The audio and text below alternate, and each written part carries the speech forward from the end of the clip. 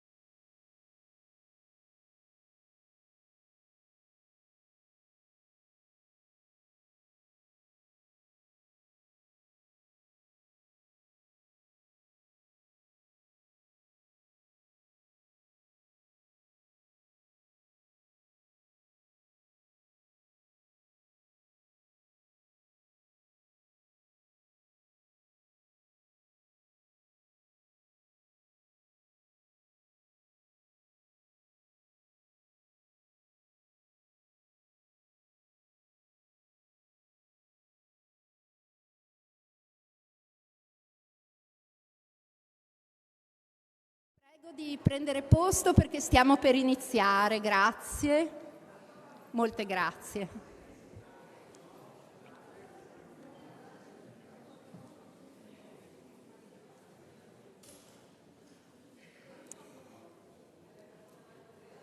Bene.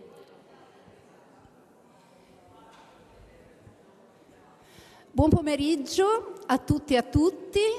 A nome della Commissione Pari Opportunità del Comune di Udine, che ho l'onore di presiedere, vi do il benvenuto in questo magnifico salone che è uno scrigno di storia e d'arte e che il Comune ci ha consentito di utilizzare in questa giornata così particolare, perché il 10 dicembre è un giorno molto importante in cui si celebra l'anniversario della Dichiarazione dei diritti dell'uomo delle Nazioni Unite.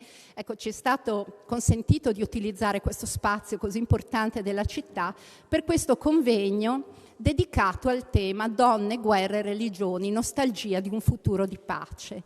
Mi limito a dire solo 2 parole prima dei saluti istituzionali che verranno portati da chi mi affianca, e che la Commissione Pari Opportunità ha voluto fortemente questo momento di riflessione. In un momento geopolitico così complesso abbiamo ritenuto che dare la voce alle donne su temi così importanti che ci toccano tutte e tutti fosse, prima ancora che importante, veramente doveroso e necessario. Quindi un ringraziamento particolare anche alla dottoressa Anna Paola Peratoner, commissaria, che ha ispirato questa iniziativa e ne è stato il motore. Dicevo che è un evento che si colloca in una giornata importante. La Dichiarazione delle Nazioni Unite dei diritti umani è stato un momento fondamentale ed ha costituito il primo passo di una strada importante che ha visto poi la firma successiva di tanti altri testi internazionali sulla tutela dei diritti umani, dalla Convenzione Europea dei diritti dell'uomo del 50 ai patti sempre delle Nazioni Unite sui diritti civili e politici, su quelli economici, sociali e culturali, ai testi che si applicano nell'ambito dell'Unione Europea, penso alla Carta dei diritti fondamentali del 2000, di cui pure quest'anno ricorre un importante compleanno, perché sono 25 anni, senza parlare poi dei tanti testi prodotti a livello internazionale, proprio relativi alla tutela dei diritti delle donne. Tutti questi testi internazionali, purtroppo negli ultimi anni non di rado spregiati e vilipesi, sono testi che pongono al centro un tema fondamentale, che è quello della tutela della dignità di ogni persona, uomo, donna, bambino, bambina. Ogni essere umano ha diritto al rispetto della sua dignità, della sua libertà, ha diritto di esprimere liberamente le proprie idee, ha diritto di professare una fede religiosa, quindi proprio perché ci troviamo in un momento drammatico, un crocevia della storia veramente drammatico, in cui si torna a parlare di guerre, in cui abbiamo guerre vicine che travolgono popolazioni e travolgono civili inermi dall'una e dall'altra parte, ci è sembrato che portare questo momento di riflessione, offrirlo alla città, fosse qualcosa di veramente importante. Adesso mi taccio e introduco invece le persone che mi accompagnano, che hanno voluto essere con noi oggi innanzitutto e portarci un indirizzo di saluto.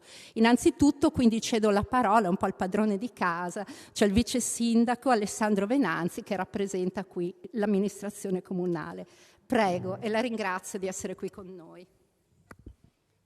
A lei, grazie dell'invito. Sono particolarmente orgoglioso di essere qui, insomma, a rappresentare l'amministrazione udinese che, come dire, vede in questo momento anche la prosecuzione di un percorso avviato ormai parecchio tempo fa nel dialogo interculturale, nel dialogo interreligioso, e saluto le moltissime autorità che vedo qui presenti, che rappresentano questi mondi.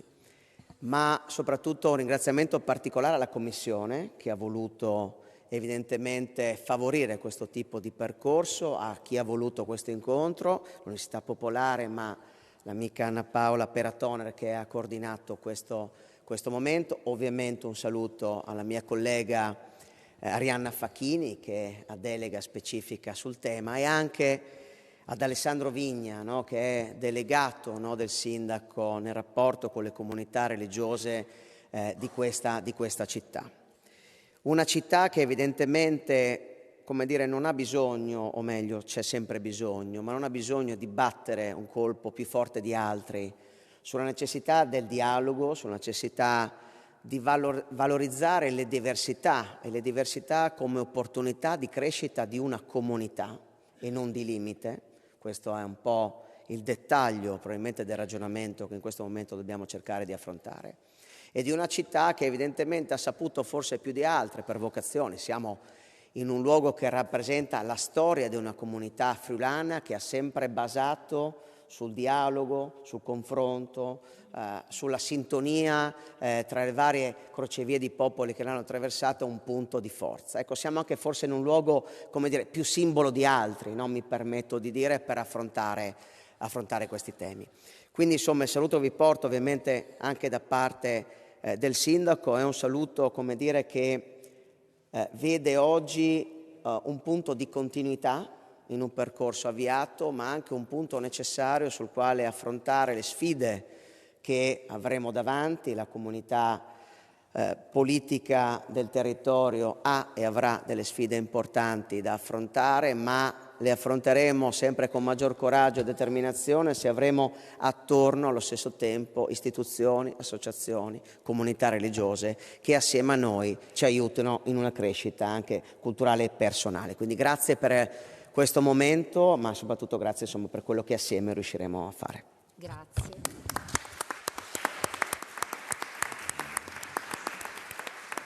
La ringrazio. Questo pomeriggio abbiamo con noi anche l'Arcivescovo di Udine, Monsignor Riccardo Lamba, che è stato da sempre una voce molto importante e un riferimento, credo, anche al di là, no, della comunità cattolica della nostra città sui temi della pace. Lo ringrazio tanto per essere qui con noi oggi pomeriggio e cedo anche a lui la parola per un indirizzo di saluto. Grazie. Grazie dell'invito, buonasera a tutti. Allora, il tema della pace, neanche a dirlo, è un tema che appartiene alla nostra fede. Se penso che tutti i giorni nella liturgia noi utilizziamo questa espressione: la pace sia con voi. Chiediamo al Signore che ha detto ai tuoi discepoli, io vi dono la pace non come la dà il mondo. Ecco, noi invochiamo il dono della pace nella liturgia tutti i giorni. E poi è stato oggetto di tanti documenti.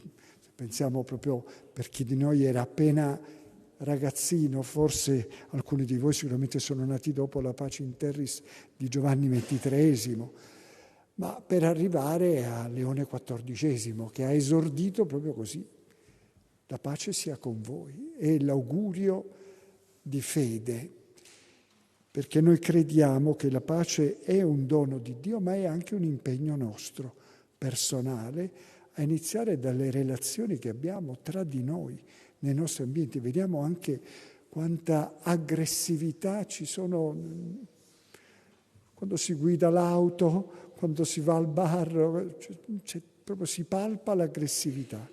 Noi siamo depuratori di questa aggressività perché portiamo la pace, che non è un prodotto nostro ma è un dono di Dio che vorremmo condividere.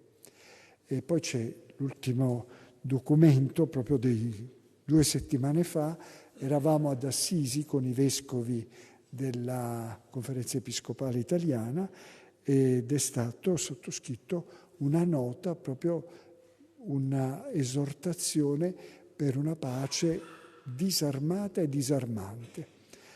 Allora l'augurio è che anche attraverso le riflessioni che emergeranno oggi pomeriggio tutti noi possiamo dare il nostro contributo, il nostro piccolo ma importante, essenziale contributo per aiutare e favorire la pace e condividerla tra di noi, quella che abbiamo ricevuto dal risorto.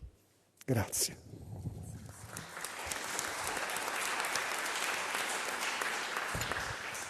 Grazie Monsignore per le sue parole E adesso cedo la parola al pastore della Chiesa Metodista di Udine, Jens Hansen. È un piacere e un onore avere anche lei qui con noi oggi pomeriggio per un indirizzo di saluto. Prego, pastore.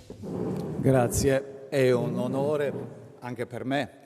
Vi saluto innanzitutto, ringrazio che ho la possibilità di dare un indirizzo di saluto e inizio con una confessione, perché abbiamo sentito pace, abbiamo il tema donne, guerre e religione, poi sotto questa nostalgia di un futuro di pace, che è nostalgia in un tempo così difficile. E il mio indirizzo lo faccio con una confessione. Il primo libro che mi ha aperto il femminismo è il classico che voi donne conoscete tutti, di Simone de Beauvoir, donna non si nasce, donna si diventa. E quello mi consola quando io vedo nel nostro momento che molto spesso le donne ad alto livello che fanno politica in Europa sono tutt'altro che donne liberate, donne che fanno una politica che si aspetta da una donna liberata. Io non faccio nomi, ma sappiamo tutti di chi parlo. E allora anche lì non basta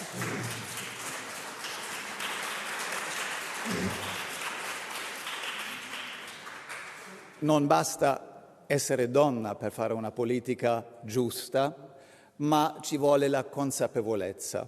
Ed è questo che ho imparato anch'io da uomo, perché noi uomini abbiamo sempre anche questo stigma su di noi, che siamo violenti, che siamo oppressivi, che cerchiamo di risolvere i conflitti con le guerre, eccetera, eccetera, ma non capiamo. L'uomo che fa così non capisce che anche quest'uomo ha bisogno di una liberazione. Tutte e due, donne e uomini, devono liberarsi dai stereotipi di una società patriarcale e io oggi sono qui per imparare, per ascoltare 4 donne, se ho contato bene, no? 4 donne e per imparare insieme, perché come possiamo insieme camminare. E io penso che la religione, la fede può essere un aiuto anche in questo cammino comune che si porta al fatto che non abbiamo solo nostalgia di un futuro di pace, ma che possiamo insieme costruire questo futuro di pace. Grazie.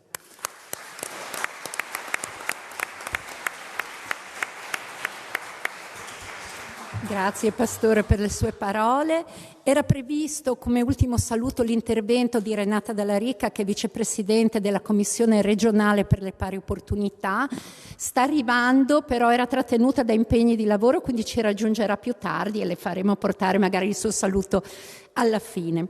Quindi io adesso mi limito a ricordare e a ringraziare e salutare anche altre persone presenti, alcune sono state ricordate, naturalmente un saluto dovuto alla nostra assessora Arianna Fachin, perché con lei il lavoro della Commissione Pari Opportunità è sempre andato avanti benissimo ed è un punto di riferimento davvero importante, ma mi fa piacere anche ricordare che dovrebbe essere presente il viceprefetto aggiunto Claudia Panella, che ci aveva detto sarebbe stata presente, la vedo e la saluto e la ringrazio, e il presidente del Centro Misericordia e Solidarietà Mohamed Hassani ci raggiungerà più tardi.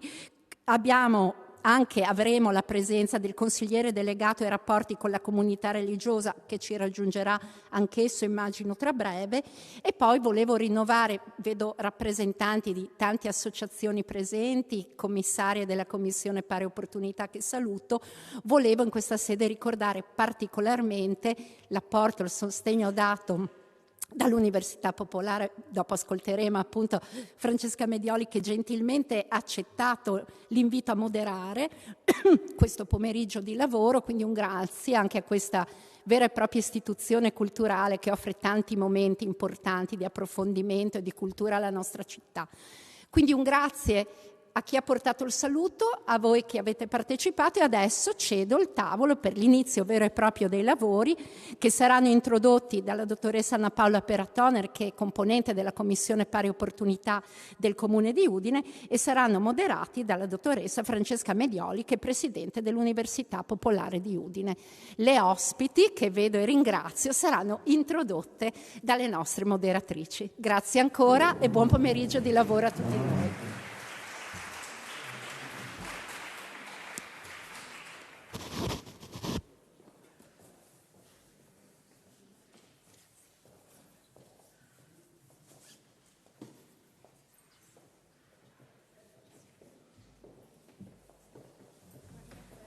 Vi mettete dove volete perché vi mettete vicino a Francesca. Io faccio una presentazione.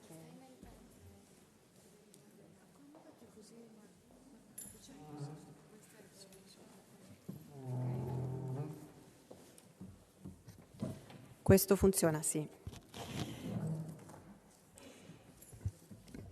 Sono molto emozionata nel prendere la parola oggi perché questo convegno rappresenta una tappa importante di un percorso condiviso con la Commissione Pari Opportunità, della quale faccio parte con grande orgoglio. Vedo sedute tante colleghe. Desidero ringraziare la nostra Presidente Roberta Nunin e l'assessora Arianna Facchini per la fiducia riposta in questo progetto, perché è un progetto, quello che oggi semplicemente significhiamo, è un progetto nato dal desiderio di aprirci all'incontro con le comunità religiose nazionali della città. E un ringraziamento speciale va, forse non è ancora arrivato, ma glielo diremo, al collega Vigna, delegato alla comunità religiose, per il prezioso lavoro che ha svolto con me in questi mesi.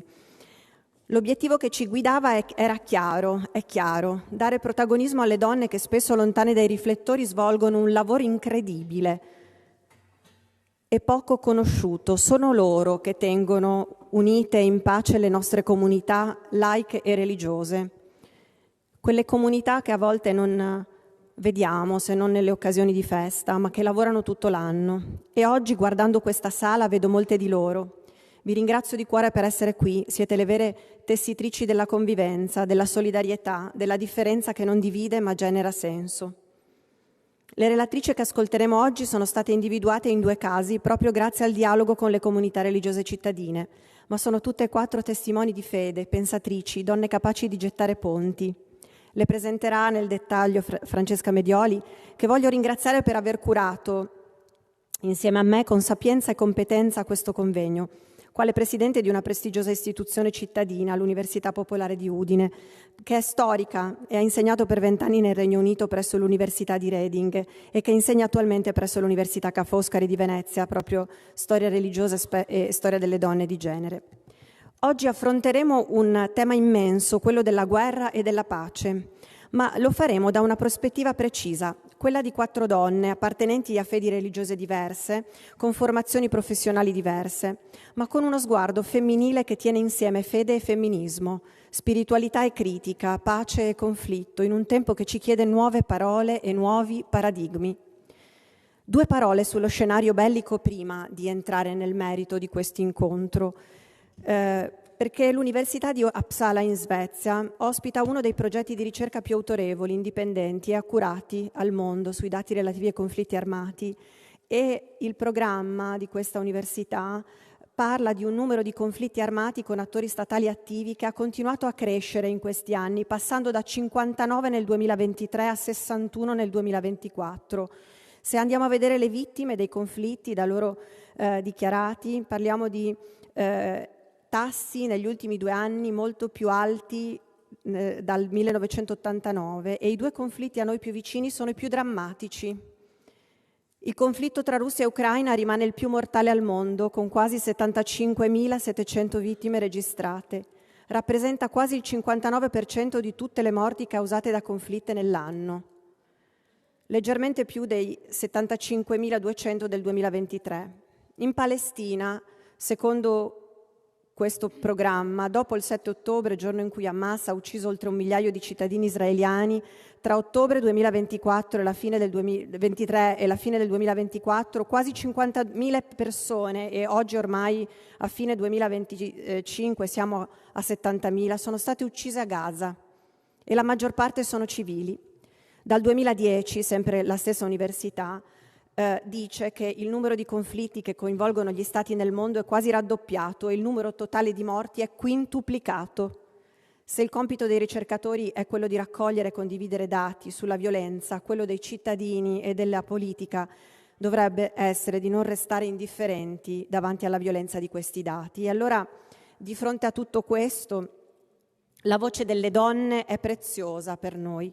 Non perché pensiamo che le donne, e condivido la riflessione del pastore, siano buone e gli uomini cattivi, ma perché la voce di chi ha avuto meno spazio, meno parola, meno riconoscimento, porta oggi uno sguardo diverso e necessario, uno sguardo che può aiutare il mondo a cambiare i propri paradigmi. Alexander Langer nel 1989 scriveva che la causa della pace non è separabile da quella dell'ecologia né da quella della giustizia e della solidarietà tra i popoli. Oggi possiamo aggiungere che non è separabile nemmeno dalla questione di genere né dalla domanda fondamentale: chi costruisce la pace? Con quali pratiche? Con quali parole?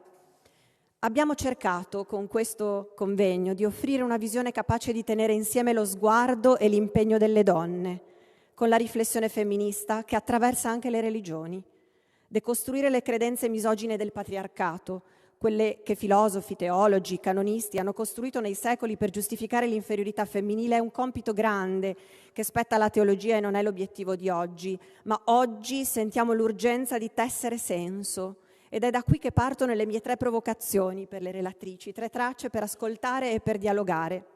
La prima: molte donne e molte nostre maestre hanno lottato per liberarsi dagli stereotipi di genere. Penso a Elisa Salerno, Simone de Beauvoir, Carla Lonzi, Lea Melandri, Judith Butler, Luce Irigaray, Bell Hooks.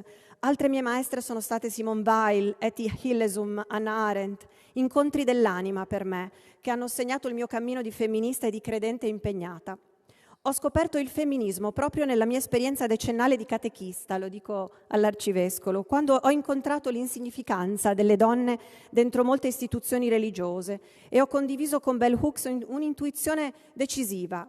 Non ci può essere trasformazione femminista senza trasformazione delle nostre fedi religiose.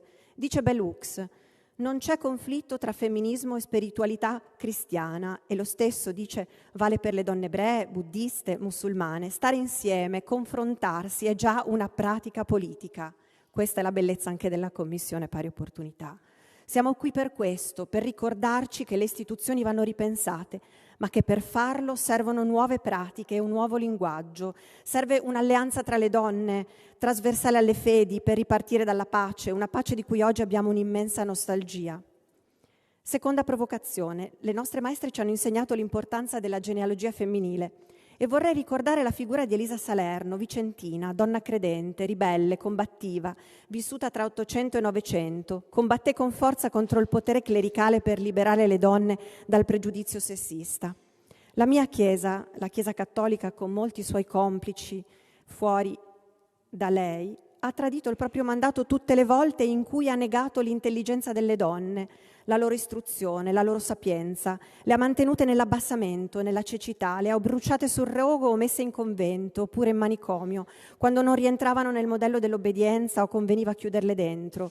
Donne nubili, vedove, povere, straniere, guaritrici, scomode, troppo autonome. La lista è lunga e molte lo sanno bene, tra cui Francesca Medioli, che ne ha fatto oggetto di ricerca. Ancora oggi la Chiesa ha un papa maschio, vescovi maschi, preti maschi. Non ci sono più le streghe, ma siamo ancora lontani da un riconoscimento paritario. Lo dimostra la retorica che continua a permeare molta parte della cultura cattolica. La madre, l'angelo del focolare, l'ancella e la discussione di questi giorni sul diaconato femminile la dice lunga, figuriamoci quando riusciremo ad arrivare all'ordinazione delle donne. Eppure, e qui lancio la provocazione, se guardiamo alle sapienze sacre in modo onesto, le donne hanno la stessa dignità degli uomini. La Bibbia è figlia di un contesto androcentrico, certo, ma dentro di essa ci sono fenditure, spiragli che incrinano il patriarcato. Deborah, Esther, Miriam e molte altre. E la prassi di Gesù e delle prime comunità cristiane è stata una vera sovversione del paradigma patriarcale, un invito all'alleanza tra i generi, non alla superiorità del maschile. Le contronarrazioni della teologia femminista ci dicono che all'origine non c'era sottomissione, ma reciprocità. E allora una domanda torna sempre a me stessa: dove abbiamo mancato noi? Dove ho mancato io? Terza provocazione, e chiudo. Forse abbiamo mancato nell'amore verso noi stesse, nell'autonomia, nell'autostima, nel coraggio. Abbiamo mancato quando non abbiamo detto no alle molte forme di servitù, domestica, sociale, politica, religiosa. È un monito che ripeto spesso alle donne più giovani: sbagliamo quando tradiamo il nostro desiderio autentico di libertà, perché è da lì che nasce ogni possibile alleanza tra i generi. E manchiamo quando non smascheriamo il patriarcato, anche quando si annida tra noi donne, come giustamente ci faceva notare il pastore prima. Rompere l'omertà è un atto di coraggio, di tenacia, di lucidità, è un atto politico profondamente necessario per dissociarci dalle culture violente, mafiose, coloniali del dominio, e per costruire invece una cultura inclusiva, accogliente, che riconosca le differenze di genere, di etnia, di fede, di classe, come risorse per un nuovo umanesimo. Un umanesimo che permetta a ogni persona, uomo o donna, di esercitare pienamente la propria libertà di scelta, di vita, di fede o di non fede. Un umanesimo capace di aprirsi all'altro, soprattutto quando l'altro è diverso da noi. Molte donne lo fanno già. Lo vediamo nelle comunità religiose, lo vediamo nella società civile. L'impegno per la pace parte dalle relazioni quotidiane, dalle pratiche concrete, dalla cura unita al pensiero critico. Per questo oggi educarci reciprocamente alla libertà è una sfida fondamentale. Viviamo un tempo in cui rischiamo di polarizzarci, di chiuderci in categorie rigide, di usare le nostre parole, anche quelle religiose, per creare distanza invece che prossimità. Eppure abbiamo la responsabilità di trasformare i saperi, anche quelli spirituali oltre a quelli culturali e politici, in strumenti di pace, non di guerra, non di esclusione. Siamo immersi in una grande ondata di violenza che attraversa paesi, culture, religioni che troppo spesso vengono usate come armi invece che come strumenti di pace. E questa violenza si abbatte soprattutto sulle donne che scelgono di ribellarsi e di difendere la propria libertà. Il femminismo islamico lo ripete da 30 anni. I testi sacri contengono un messaggio di uguaglianza che è stato nascosto da secoli di interpretazioni patriarcali. Anche nell'Islam, come nel cristianesimo, la marginalizzazione delle donne è passata attraverso l'esclusione dal lavoro interpretativo delle scritture, dalla sfera pubblica, dalla politica. Ma rileggendo i testi, dicono le femministe islamiche, ebree, cattoliche, valdesi, si trovano strumenti di liberazione. E allora per noi donne costruire la pace significa questo: passare dal pensiero critico alle pratiche, per poi tornare al pensiero, un circolo virtuoso che può davvero cambiare il mondo. E a partire da oggi, da questo convegno, da questa sala, e desidero concludere con le parole di una delle mie maestre, Etty Hillesum, che ci invita ad essere cuori pensanti e sono valide anche oggi. La miseria che c'è qui è veramente terribile, eppure alla sera tardi, quando il giorno si è inabissato dietro di noi, mi capita spesso di camminare di buon passo lungo il filo spinato, e allora dal mio cuore si innalza sempre una voce, e questa voce dice: la vita è una cosa splendida e grande, più tardi dovremo costruire un mondo completamente nuovo. A ogni nuovo crimine o orrore dovremo opporre un nuovo pezzetto di amore e di bontà che avremo conquistato in noi stessi. Possiamo soffrire, ma non dobbiamo soccombere, e se sopravviveremo intatti a questo tempo, corpo e anima, ma soprattutto anima, senza amarezza, senza odio, allora avremo anche il diritto di dire la nostra parola a guerra finita. Forse io sono una donna ambiziosa, vorrei dire anch'io una piccola parolina, voglio essere un cuore pensante. Etty Hillesum. Ringrazio le istituzioni, i rappresentanti delle confessioni religiose, tutte e tutti voi. Ci metteremo in ascolto delle nostre ospiti e alla fine del coro della tela, che ringrazio fin d'ora per la bellezza e ricchezza che sa esprimere sempre, condita di memoria e speranza, di passione e valore delle differenze. Saranno tutte parole che raccontano, che sognano, che forgiano pratiche, perché solo così possiamo cambiare il mondo. Buon ascolto.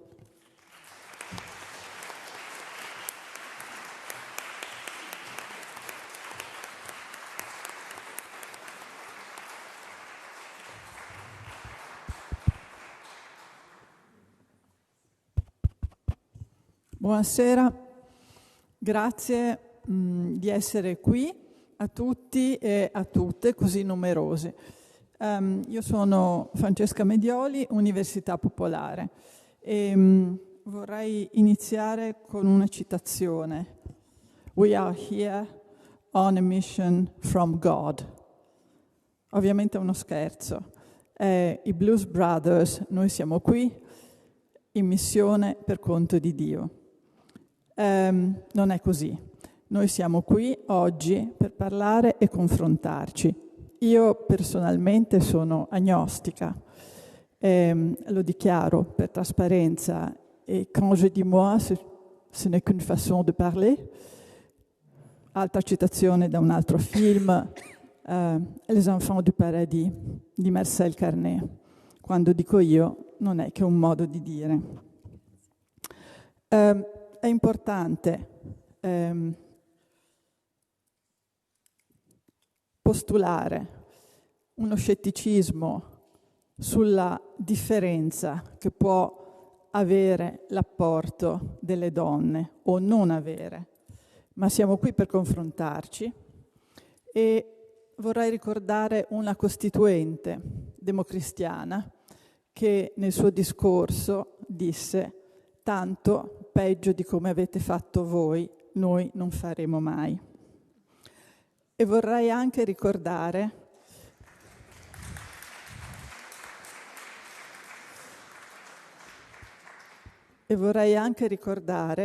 la risoluzione ONU 1325, votata da 141 paesi il 31 ottobre dell'anno 2000, che si intitola Donne, pace, sicurezza. E questo è l'augurio di oggi. E su questo darei la parola ad Anna Foa, già Università La Sapienza di Roma, che ci parla in remoto. Grazie Anna. Grazie Francesca e grazie a tutti. Vorrei ringraziare le istituzioni, il Comune, la Commissione Pari Opportunità, l'Università Popolare che nella persona della mia vecchia amica Francesca Medioli mi ha invitata a parlare qui oggi in questo importante convegno. E forse partirei dalla frase che ha appena detto il pastore: non basta essere donna, che è una frase importante che è particolarmente calzante per quello che io dirò.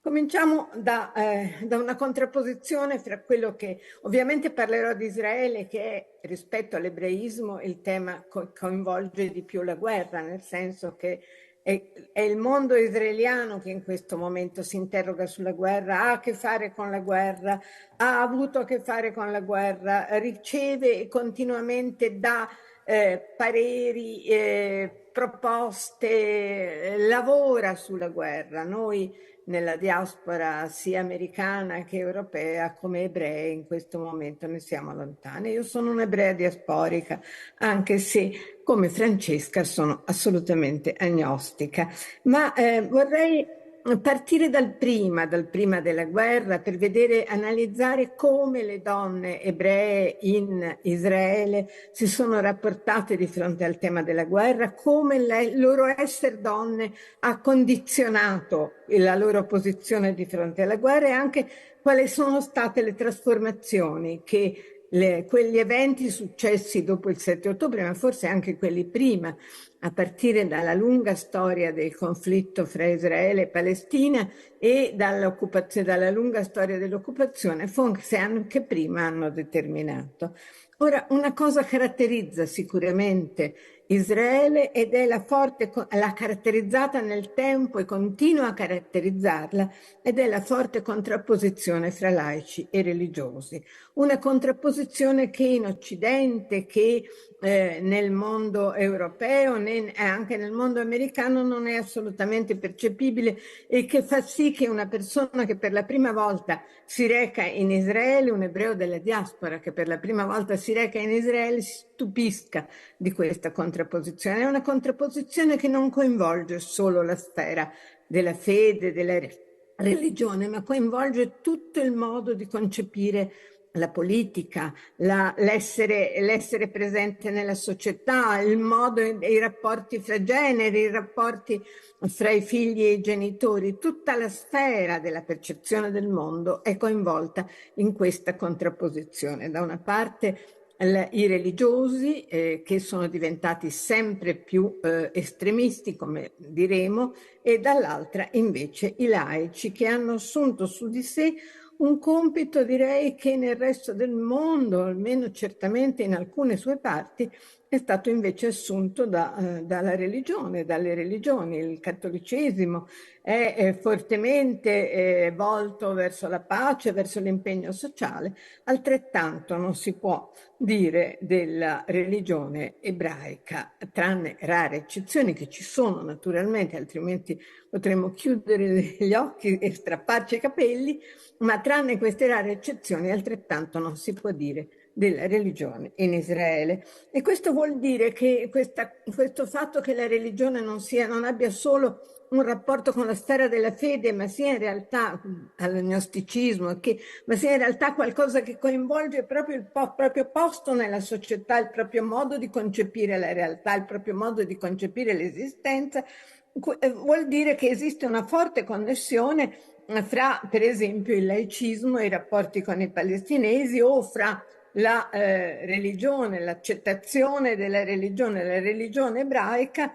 come viene praticata e sostenuta in questo momento dalla maggior parte dei religiosi in Israele, e la legge di supremazia ebraica del 2018, che è una legge estremamente sfiora in alcune parti il razzismo, comunque impone una supremazia dell'ebraismo su tutte le altre componenti del mondo della società israeliana, che pure sono componenti ampie. Noi sappiamo che ci sono 2 milioni e più di palestinesi su 10 milioni di israeliani che hanno la cittadinanza israeliana, e che fra questi palestinesi molti sono cristiani, sono cattolici.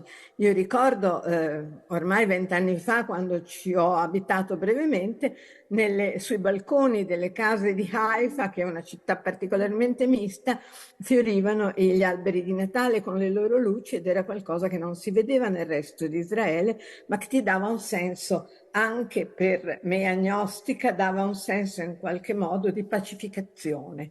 Ecco, l'idea di essere in un posto in cui potevi accettare l'altro e esserne accettato. Ora, prima di arrivare a vedere come è cambiata questa situazione, che io ho visto soprattutto nei tempi precedenti la guerra, non sono più stata in Israele dopo la guerra, ma che comunque si permane, come si è trasformata, vorrei parlare un attimo dello stato dell'uguaglianza fra generi in Israele. E questo, per esempio, partiamo da un dato di fatto importante che forse non è così ben conosciuto.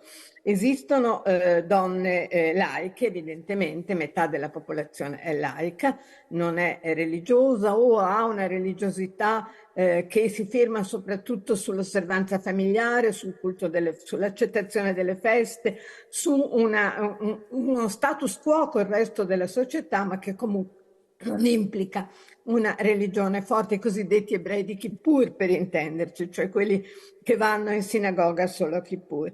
Il panorama invece dei religiosi, o comunque anche delle donne religiose, e vedremo qui adesso la differenza, è profondamente variegato. Ci sono le donne ultraortodosse, cosiddette Haredi, che hanno vissuto in questo momento, adesso ne parleremo, ci sono dei lampi di femminismo anche nel mondo degli ultraortodossi, estremamente scarsi, ma comunque significativi e nuovi, del tutto nuovi, ma però precedono la guerra, cominciano già nel 2022, quando ci sono state le ultime elezioni, e un paio di donne, 2 donne Haredi, si sono presentate alle elezioni, cosa assolutamente vietata per il mondo ultraortodosso rispetto alle donne, e una di loro si è però dovuta presentare nel partito, nel Labour, cioè nei socialisti, perché non veniva certamente accettata invece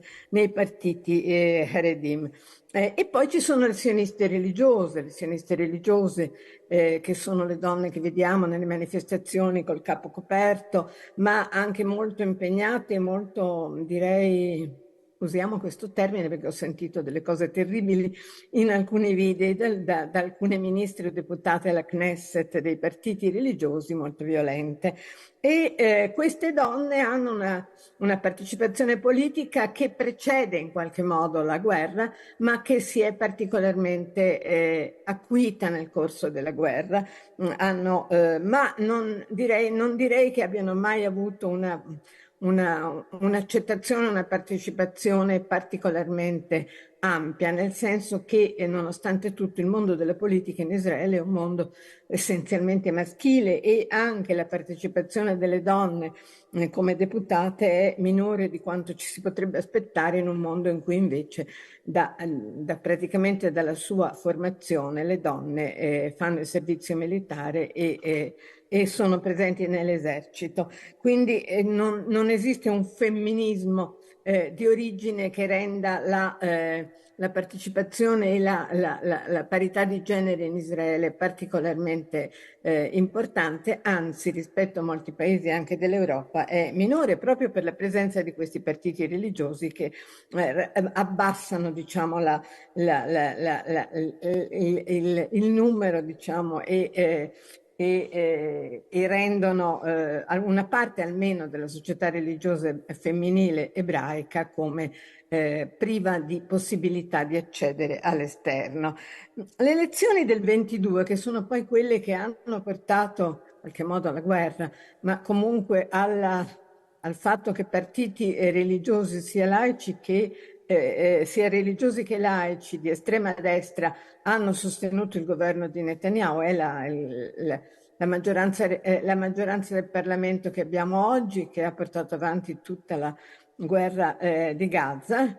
Queste elezioni determinano un cambiamento. Da una parte c'è una diminuzione del ruolo femminile, cioè da 35 passano a 30 il numero delle deputate, che è rispetto ai 120 che sono i deputati della Knesset un numero abbastanza ridotto. Dall'altra però esiste questa partecipazione crescente delle donne religiose che precedentemente erano meno sensibili e meno. Quindi il vero cambiamento è a destra nel mondo invece molto in crisi, devo dire, politico della laburista. Questo cambiamento non è sensibile, c'è una diminuzione, ma in realtà non esiste un cambiamento di percezione, un cambiamento di prospettiva, un cambiamento di immagine. Invece quello che veramente è significativo è il cambiamento che si ha a destra, questa partecipazione forte delle donne sioniste religiose, devo dire, in funzione di supporto al governo di Netanyahu.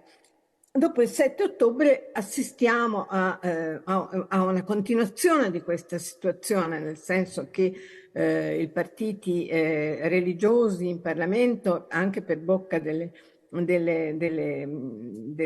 deputate, per bocca delle ministre, è particolarmente acceso e virulento. Si sentono per esempio la ministra dell'insediamento, che è di un partito estremista, che minaccia di morte i palestinesi, li tratta, usa espressioni fortemente razziste, mentre abbiamo una prospettiva molto significativa sul ruolo delle donne laiche, e io qui uso le non credenti e le laiche dentro un contesto religioso, perché è un mondo in cui, appunto, come dicevo, questa contrapposizione è talmente forte che l'essere laico in qualche modo è il grado zero di una sorta di clessidra o di bilancia che poi porta all'estremismo delle donne religiose.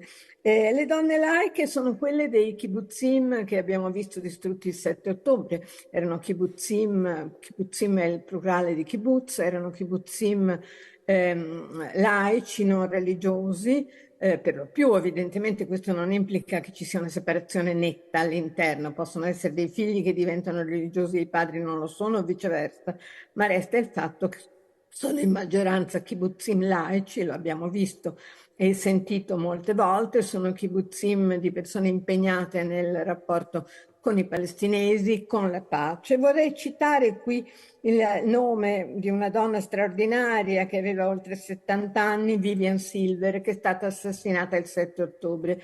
Vivian Silver era una femminista, aveva cominciato essenzialmente come femminista, poi si era rivolta invece quando aveva smesso di lavorare, è andata in pensione, aveva insegnato fra l'altro, si era rivolta al rapporto con i palestinesi e alla battaglia per la pace.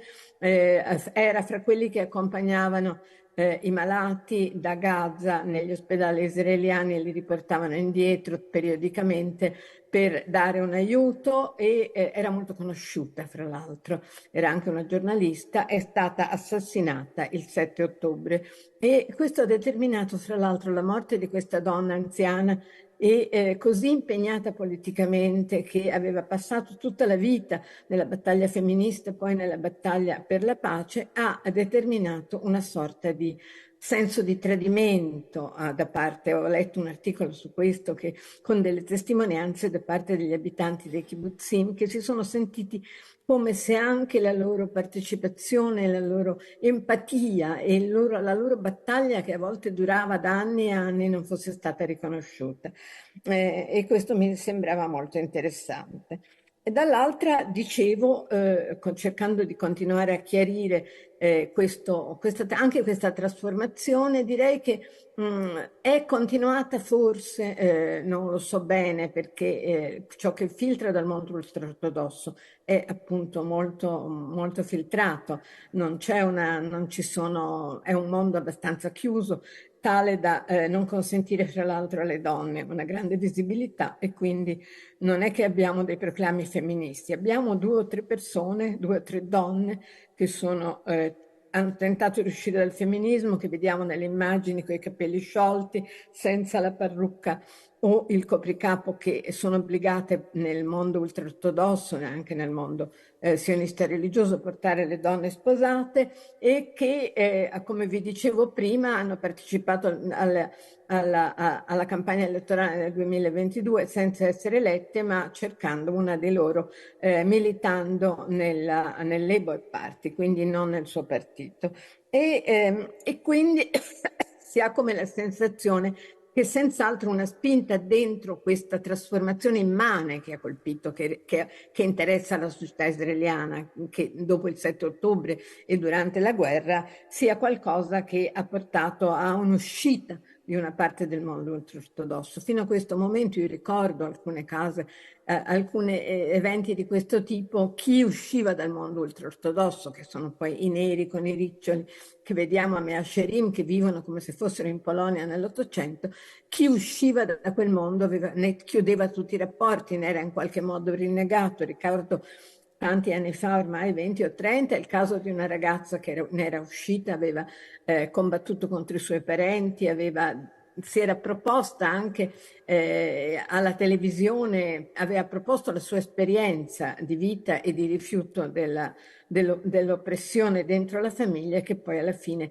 rinnegata dal padre, si era suicidata. Quindi questo era in qualche modo la terribile reazione drammatica dei conflitti generazionali nel mondo ultraortodosso, che però di solito venivano in qualche modo sanati da una obbedienza delle generazioni successive, cosa che non troviamo invece in molta parte del mondo occidentale.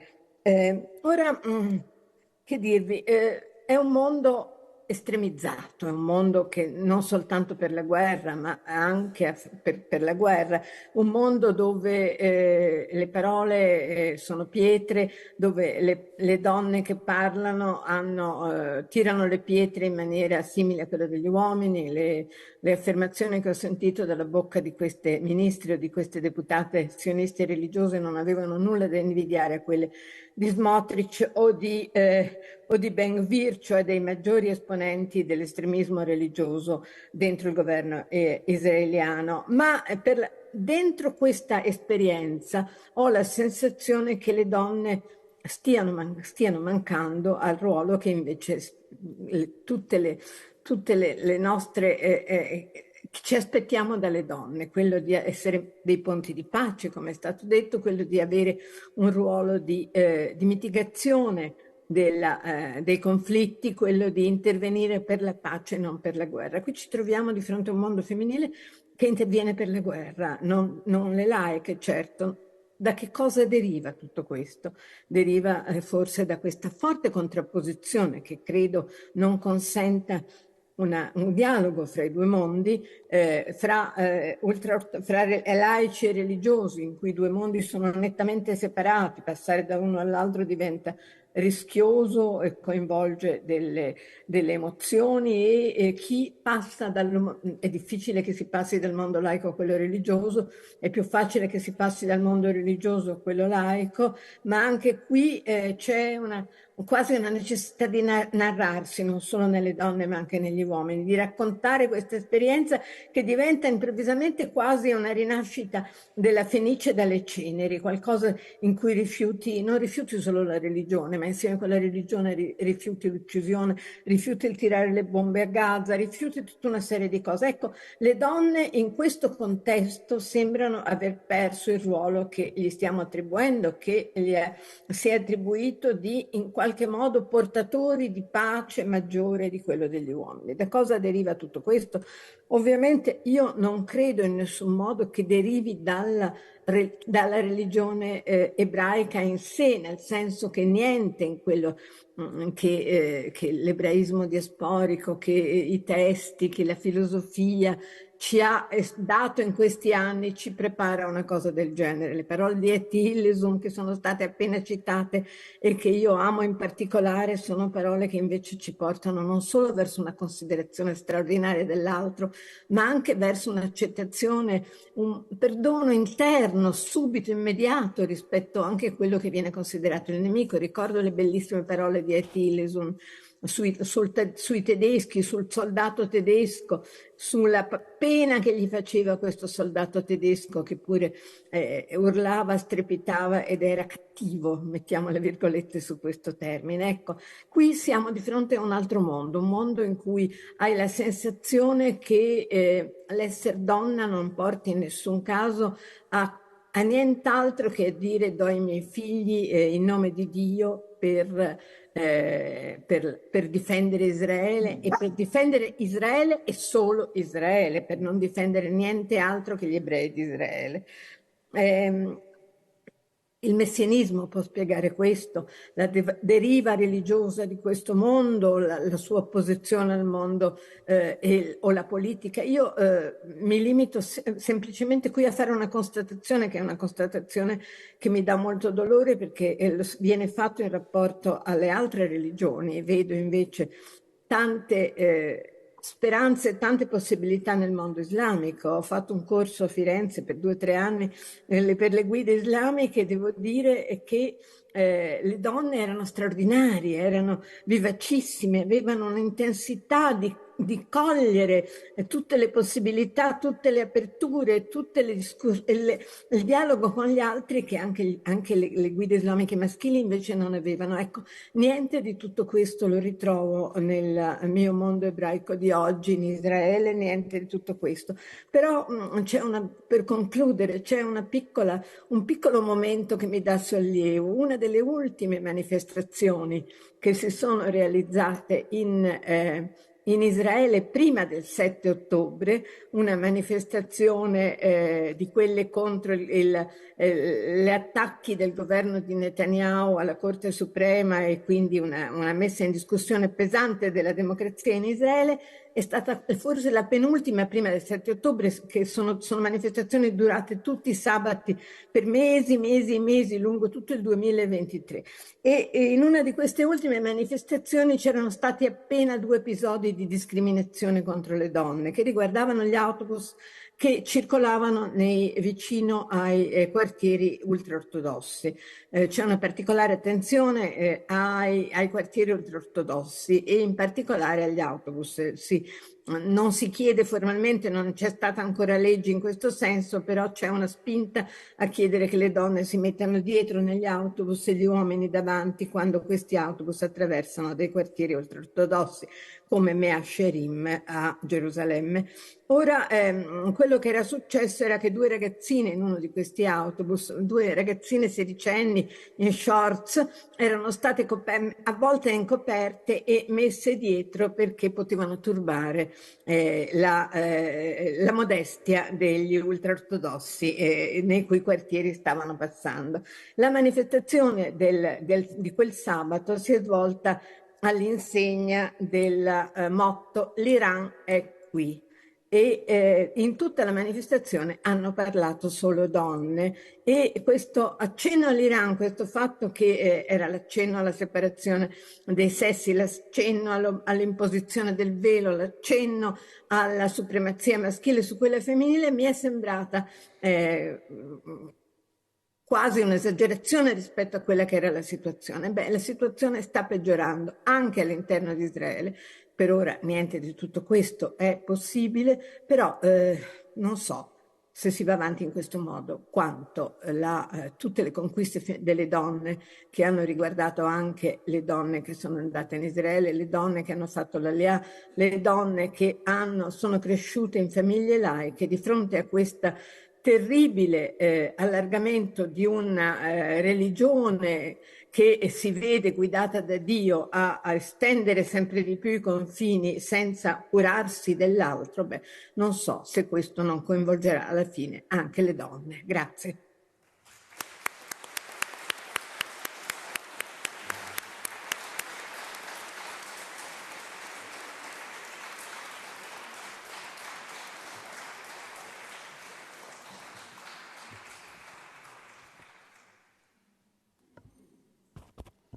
Grazie Anna.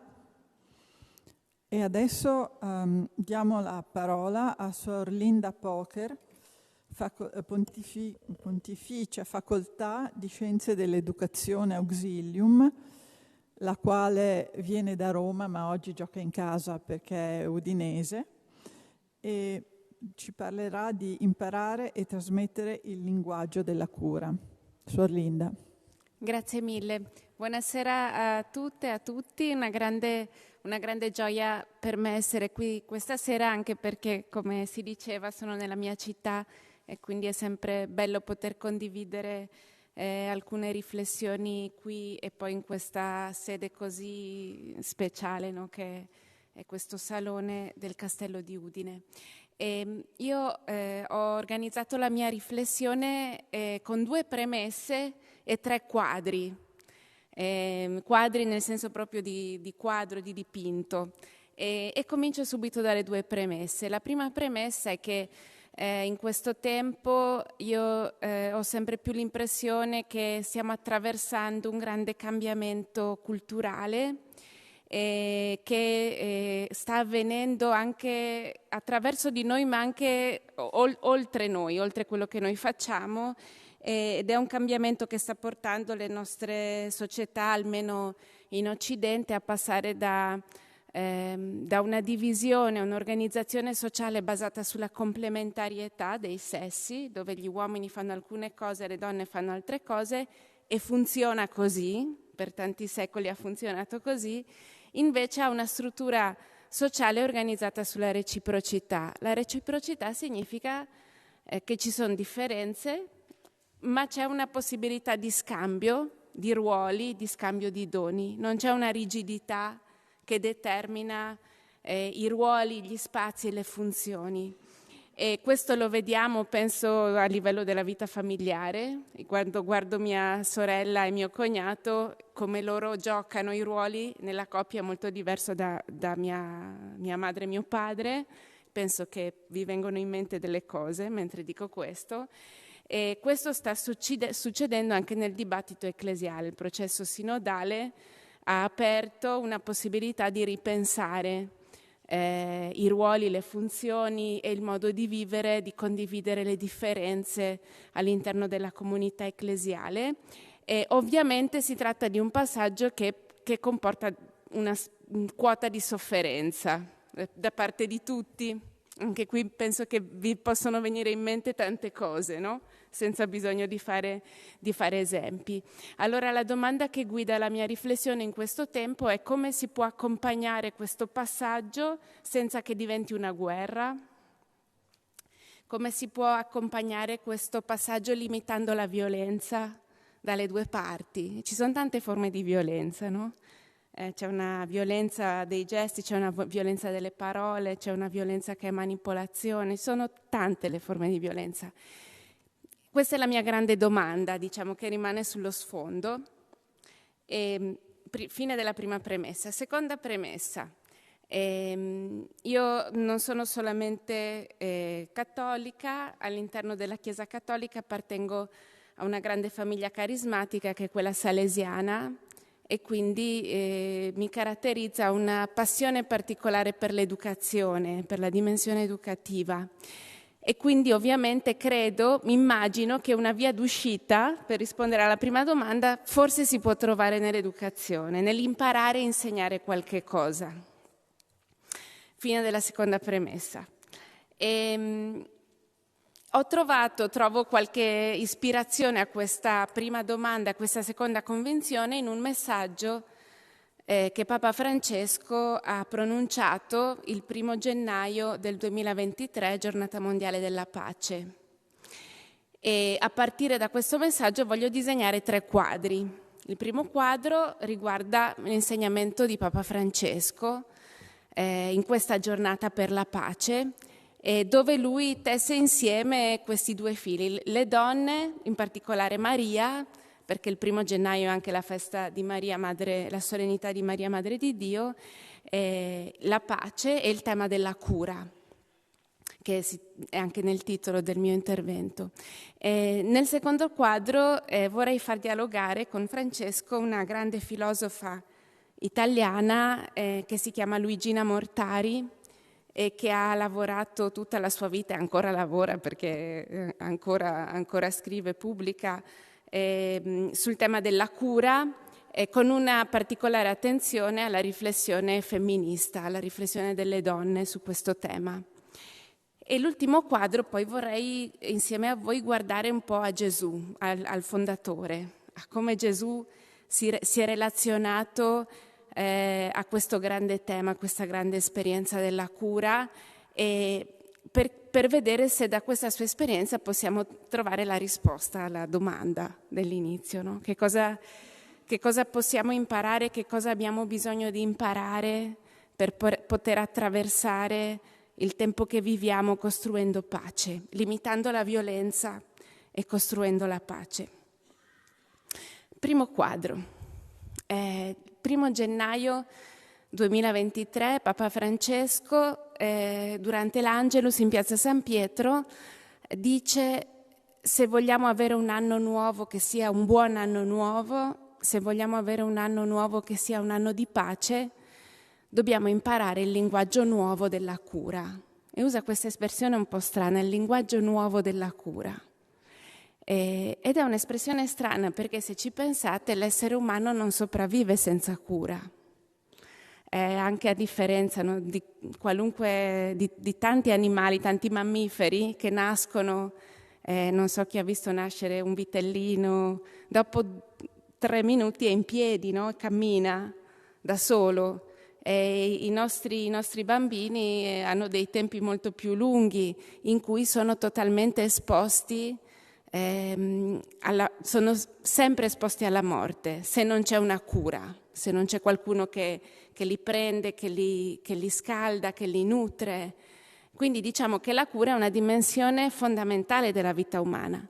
Perché Papa Francesco definisce la cura un linguaggio nuovo? Per 2 motivi, secondo me. Il primo è che il linguaggio della cura appartiene in un modo radicale al cherigma evangelico, e questo lo vedremo poi bene nel terzo quadro, ma Gesù si appropria del linguaggio della cura per annunciare l'amore di Dio, e quindi questo linguaggio sarà per sempre un linguaggio nuovo, non diventerà mai vecchio.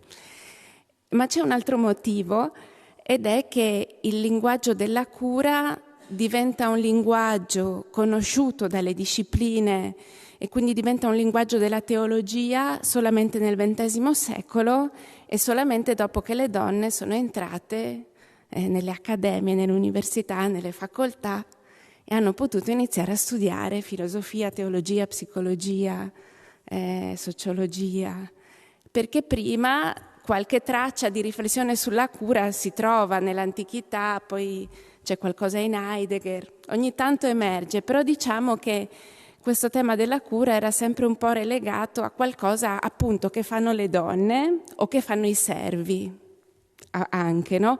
Quindi che fanno persone che sono messe in una posizione sociale non rilevante e soprattutto qualcosa che riguarda la vita privata delle persone, non riguarda la sfera della vita pubblica. E per questo probabilmente non è stato ritenuto un tema interessante. Diventa un tema interessante nel XX secolo.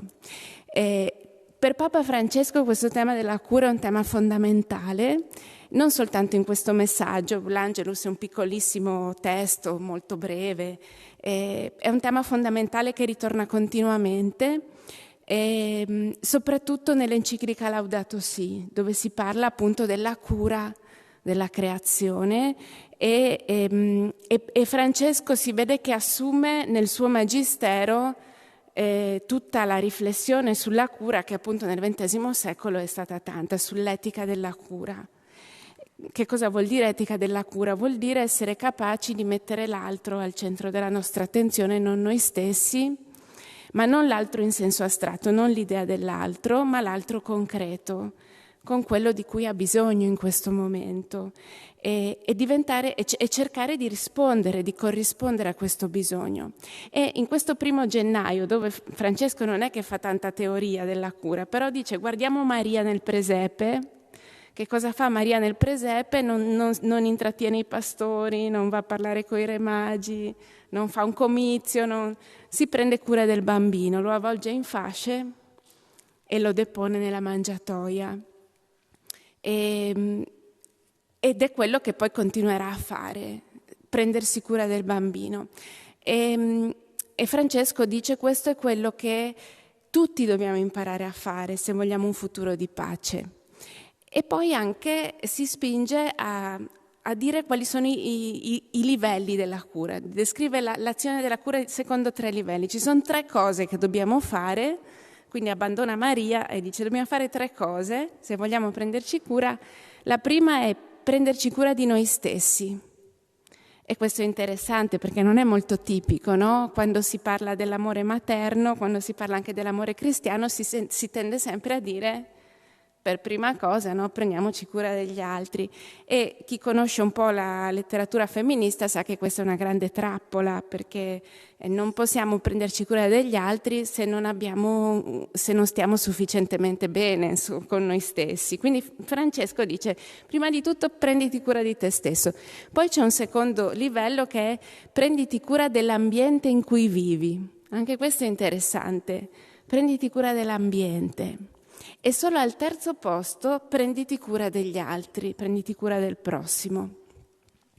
Perché prima l'ambiente e poi il prossimo? Probabilmente perché è più facile imparare a tenere in ordine un ambiente prima che imparare a prendersi cura del prossimo. C'è una gradualità, c'è una pedagogia, ma inoltre mi piace pensare questi 3 livelli proprio come una piramide, dove c'è la base che è la cura di sé, e la punta, l'apice è la cura dell'altro, cioè il nostro scopo e la nostra tensione deve essere proprio quella avere cura dell'altro, però se non ci sono gli altri 2 livelli sotto questa punta cade, non si sostiene.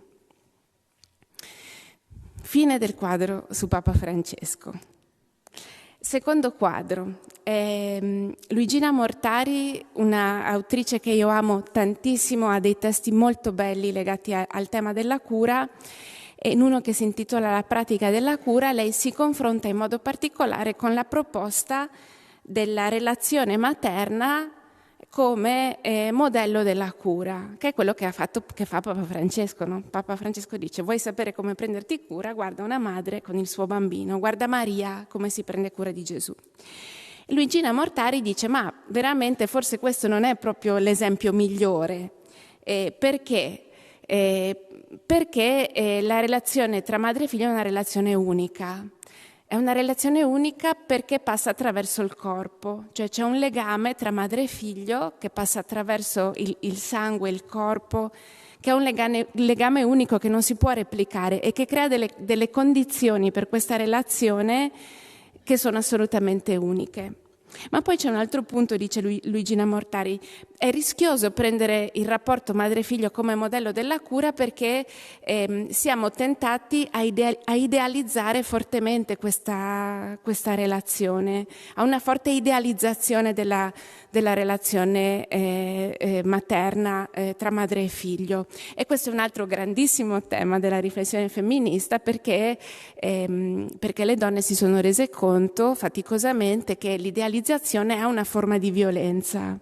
Nel momento in cui viene creato un modello ideale, perfetto, bellissimo, affascinante, ma anche irraggiungibile, e poi chi deve portare il peso di quel modello può restare schiacciato sotto quel peso, perché la nostra esperienza umana è fatta di ideali, ma è fatta anche di imperfezione, di fragilità, di stanchezza, di fatica, di dubbi, di tutte queste cose. E io credo che se conoscete, sicuramente le conoscete, delle giovani madri, sapete quanto proprio oggi questa ansia di prestazione pesi fortemente sulle giovani madri, cioè questa tensione alla prestazione perfetta, non creare nessun trauma, e questo è un effetto un collaterale dell'idealizzazione.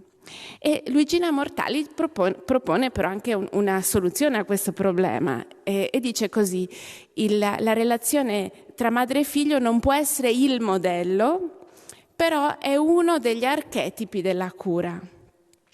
E lei ne propone 3. Lei dice: ci sono 3 relazioni che noi viviamo nella vita quotidiana e quando noi le combiniamo insieme, queste 3 relazioni, possiamo vedere quali sono le caratteristiche della cura che ci devono stare a cuore, che dobbiamo imparare. La prima è proprio la relazione madre e figlio, che è uno di questi modelli, che è caratterizzata appunto dalla gratuità assoluta, perché ovviamente la madre non sceglie il figlio, lo riceve, lo accoglie e si dedica al figlio. La relazione però tra madre e figlio ha anche la caratteristica di essere una relazione asimmetrica, no? Quindi la madre si prende cura del figlio, ma il figlio non si prende cura della madre.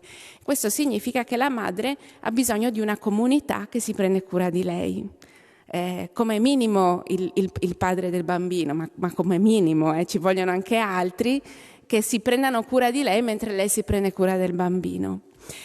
Ma poi c'è un'altra relazione che Luigina Mortari presenta, che è la relazione di amicizia.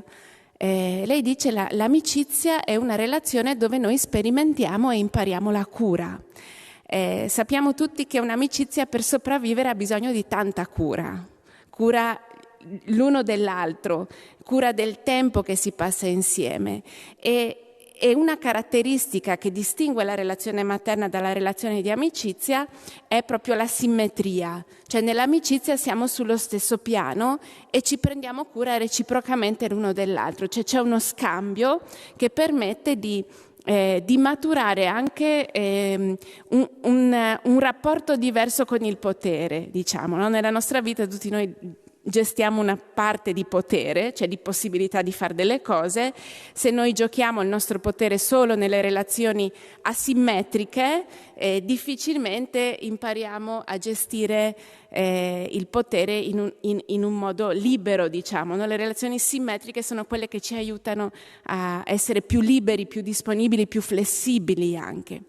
Ma poi c'è una terza relazione che è quella tra infermiere e malato, che è una relazione che forse non sperimentiamo tutti i giorni, ma purtroppo ogni tanto la sperimentiamo, ma possiamo immaginare anche altre forme di relazione di cura che si trovano nel volontariato, nei lavori di tipo sociale, cioè tutte quelle situazioni dove uno si prende cura dell'altro, sono relazioni asimmetriche, perché c'è uno che ha bisogno e c'è l'altro che offre la cura, che però non si basano su un legame di sangue.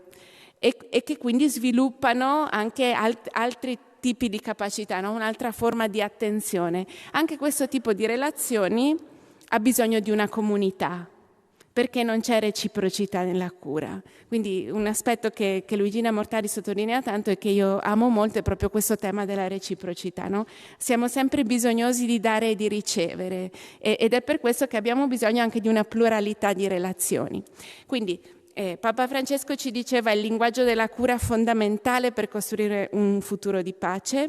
Luigina Mortari ci dice sì, certo, ma non possiamo restringere la cura solamente alla relazione materna, anche se questo esempio di Maria che si prende cura di Gesù è molto prezioso. Per noi cattolici, siamo molto affezionati a questo quadro, a questa immagine, ma deve essere allargato con altri tipi di relazione. Abbastanza bene? Sì. Ok. Perfetto, 10 minuti. Guardiamo adesso l'ultimo quadro, guardiamo a Gesù. In che modo Gesù ha vissuto nella sua vita le relazioni di cura?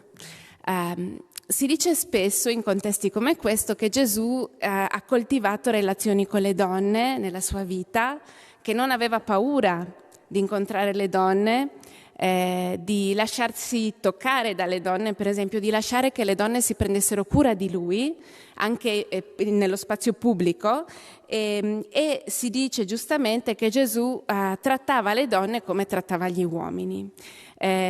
Ho scoperto abbastanza recentemente una cosa che trovo molto interessante. Nella predicazione di Gesù c'è un elemento molto originale che gli studiosi non trovano in altri esempi di predicazione della stessa epoca, cioè di solito quando Gesù predica usa esempi maschili e esempi femminili. Per esempio, quando invita i discepoli a guardare gli uccelli del cielo e i gigli del campo, nel discorso sulla provvidenza di Matteo 6, parla di due mestieri, il mestiere della semina, dell'agricoltura, e poi il mestiere della tessitura, tessere. E al tempo questi due mestieri erano un mestiere maschile, la semina, e un mestiere femminile, quello della tessitura.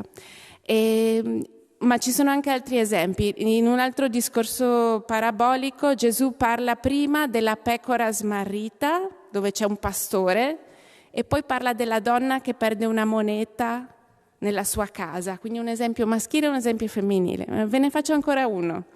In un'altra serie di parabole ce n'è una sul seme che cresce da solo, quindi di nuovo l'agricoltore, e poi c'è la donna che impasta il lievito. Quindi questa abitudine di Gesù a predicare con esempi maschili e femminili dice qualcosa dell'uditorio di Gesù, cioè ci dice che nel gruppo dei discepoli c'erano uomini e c'erano donne che ascoltavano. Io però vorrei aggiungere ancora una cosa. Quindi Gesù non solo aveva una buona relazione con le donne, le coinvolgeva e sapeva renderle anche protagoniste, perché i Vangeli, soprattutto il Vangelo di Giovanni, ci parlano di questo protagonismo delle donne nel gruppo dei discepoli, ma Gesù sapeva imparare dalle donne.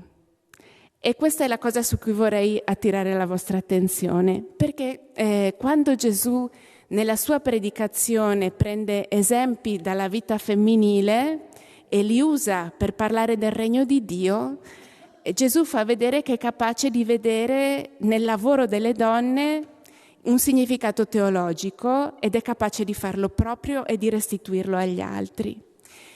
Ma non è tutto. Perché ci sono gesti che Gesù compie, che sono gesti femminili, come per esempio preparare da mangiare. Quando Gesù risorto appare ai discepoli, cucina il pesce per loro, invita i discepoli a distribuire il pane nella scena della moltiplicazione dei pani e dei pesci. Ma soprattutto Gesù sceglie due gesti che appartengono al mondo femminile. Ricordiamoci che questa società di Gesù è fortemente segnata dalla complementarietà, quindi siamo pienamente in questo tipo di struttura sociale di cui parlavo all'inizio. Gesù sceglie per il momento del congedo dai suoi amici e amiche, perché c'erano anche donne all'ultima cena, sceglie 2 gesti che sono 2 gesti che appartengono al mondo simbolico e al mondo dei gesti femminili. Il gesto della lavanda dei piedi era un gesto compiuto dai servi nelle famiglie ricche, dove c'erano i servi, ma in tutte le altre famiglie, come possiamo immaginare le famiglie di molti dei discepoli, che non erano, a parte qualcuno che viene nominato, ma erano piuttosto gente semplice, questo gesto di lavare i piedi ai familiari, agli ospiti, era compiuto dalle donne di casa, ma pensiamo anche oggi, oggi forse no, ma diciamo fino a un po' di tempo fa chi lavava i piedi dei figli piccoli finché non erano abbastanza grandi da lavarseli da soli, la mamma probabilmente, no? Quindi Gesù impara questo gesto di chinarsi a lavare i piedi. Tra l'altro alcune donne nel corso del suo ministero anche si chinano a lavare sui piedi, no? in alcuni contesti anche pubblici, e questo è il primo gesto che Gesù assume e consegna a tutti i suoi discepoli, uomini e donne, lavare i piedi gli uni degli altri. Ma il secondo gesto, quello della frazione del pane, viene anche connotato inaspettatamente da una sfumatura femminile, perché questo gesto era il gesto del capofamiglia. In tutti i pasti ebraici il capofamiglia benediceva il pane e lo distribuiva. Però Gesù aggiunge quelle parole estremamente misteriose: questo è il mio corpo, questo è il mio sangue, che possono avere un referente, un'analogia nell'esperienza vissuta dell'essere umano solo se si paragonano con la relazione tra la madre e il suo bambino. L'unica persona di cui ci siamo nutriti, non in maniera simbolica, ma in maniera reale, è la nostra madre. Noi ci siamo nutriti del suo sangue, ci siamo nutriti del suo latte, abbiamo abitato dentro di lei. Non ci sono analogie altre di altro tipo, non solo questa. E dunque Gesù, nel fare questo gesto del capofamiglia, aggiunge una parola che solamente una madre può dire. E quindi quello che lascia in eredità ai suoi discepoli non è soltanto un memoriale, non è soltanto un gesto per ricordare la sua presenza, la sua vita, non è soltanto un gesto che rappresenta l'offerta, il dono di sé, ma è anche un gesto che indica uno stile di relazione all'interno della comunità ecclesiale, che è quello della cura materna e paterna, di una cura che sa integrare questi 2 elementi, ed è soprattutto l'eredità che lui lascia, la capacità di imparare da tutti il meglio di ognuno, in modo che l'essere umano possa essere completo, no? Con tutta la bellezza e la pienezza dei doni che ognuno porta all'umanità. E quindi credo che forse c'è una strada che può permetterci di superare questo momento difficile che stiamo vivendo, questo passaggio da una società costruita sulla complementarietà a una società dove ci si può scambiare i doni, anche scambiare i ruoli e le posizioni. Possiamo superare questo passaggio limitando la violenza nella misura in cui diventiamo sempre più capaci di imparare ad imparare gli uni dagli altri, di imparare ad imparare gli uni dagli altri il meglio degli altri, in modo che le nostre comunità possano essere sempre più pienamente umane, secondo il disegno che il Creatore aveva in mente quando ci ha dato la vita. E grazie.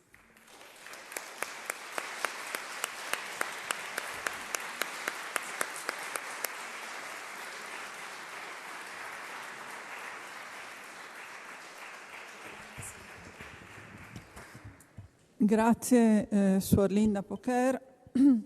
Adesso Marisa Iannucci della Hassam 2, Università di Casablanca, ci parlerà di la fede come resistenza, donne musulmane fra patriarcato e liberazione. Grazie, buonasera a tutti, assalamu alaikum, pace su di voi. Inizio ringraziando il Comune di Udine, la Commissione Pari Opportunità e l'Università Popolare di Udine per questo incontro. Dal titolo molto, molto intenso, Donne, religioni, guerre, nostalgia di un futuro di pace, un titolo abbastanza evocativo. Io parlerò di... ok, mi stavo giusto preoccupando. Parlerò di fede come resistenza rispetto alle donne musulmane nei conflitti, quindi nelle zone di guerra che purtroppo sono attualmente moltissime e non solo, ma molte sono in paesi a maggioranza musulmani. Vorrei partire da una domanda. Che cosa vediamo quando pensiamo alle donne musulmane nei contesti di guerra? Le immagini che circolano nei media globali, l'immaginario diciamo comune, oscillano spesso tra due estremi. Da un lato donne che sono vittime, donne mute, velate, schiacciate da un patriarcato culturale o religioso. Dall'altro il corpo di queste donne trasformato in simbolo, in un pretesto per giustificare guerre, occupazioni, interventi e missioni umanitarie. L'abbiamo visto in Afghanistan, l'abbiamo visto in Siria, per giustificare guerre che dovrebbero salvarle, ma che in realtà hanno prodotto e producono nuove forme di violenza di cui le donne sono le maggiori vittime, sono le più colpite. Secondo gli ultimi rapporti delle Nazioni Unite, quasi 700 milioni di donne e di ragazze vivono in contesti di guerra, con conflitti in corso, conflitti armati, e solo nel 2023 il 40% delle persone uccise in guerra sono donne. A questo bisogna aggiungere che i casi di violenza sessuale, dello stupro di guerra, sono aumentati del 50% in un anno, con oltre il 95% di donne vittime, donne o ragazze o bambine. In questi contesti di crisi, di conflitto, sappiamo che ci sono più di 50 conflitti in corso nel mondo, si stima che circa il 70% delle donne abbia subito violenza. E questo mi porta alla considerazione che le guerre in corso sono a tutti gli effetti anche delle guerre contro i corpi delle donne. Tornando alle donne musulmane, da tempo le studiose, insomma chi fa ricerca, chi si occupa di studi di genere come me, hanno mostrato come il corpo delle donne musulmane è un campo di battaglia simbolico su cui si giocano progetti politici, nazionali, coloniali. Le guerre sono raccontate, io ritorno sull'Afghanistan perché è il caso emblematico, come guerre per i diritti delle donne, ma in concreto sono state sempre le donne, spesso le donne credenti, le donne praticanti, a pagare il prezzo più alto in termini di bombardamenti, di sfollamento, di perdite di diritti e, come vedremo dopo, di militarizzazione delle relazioni sociali. Ma io non vorrei fermarmi a questa immagine, seppure la trovo molto concreta. C'è qualcos'altro di fondamentale su cui vorrei proprio insistere oggi, cioè la capacità delle donne di produrre azioni di resistenza non violenta, anche a partire dalla loro fede. Molte realtà a maggioranza musulmana, ma anche nelle diaspore, la spiritualità non è solo un rifugio intimo, qualcosa di privato, o una consolazione in momenti drammatici di conflitto, di crisi, ma è anche linguaggio politico, una sorta di alfabetizzazione alla giustizia, una risorsa collettiva delle donne, che permette loro di nominare l'ingiustizia, di nominare la violenza, di contestarla, di immaginare un ordine diverso. Il femminismo musulmano, scusate ma ho pastrocchiato mentre parlavo, cosa ho fatto? Ho pastrocchiato.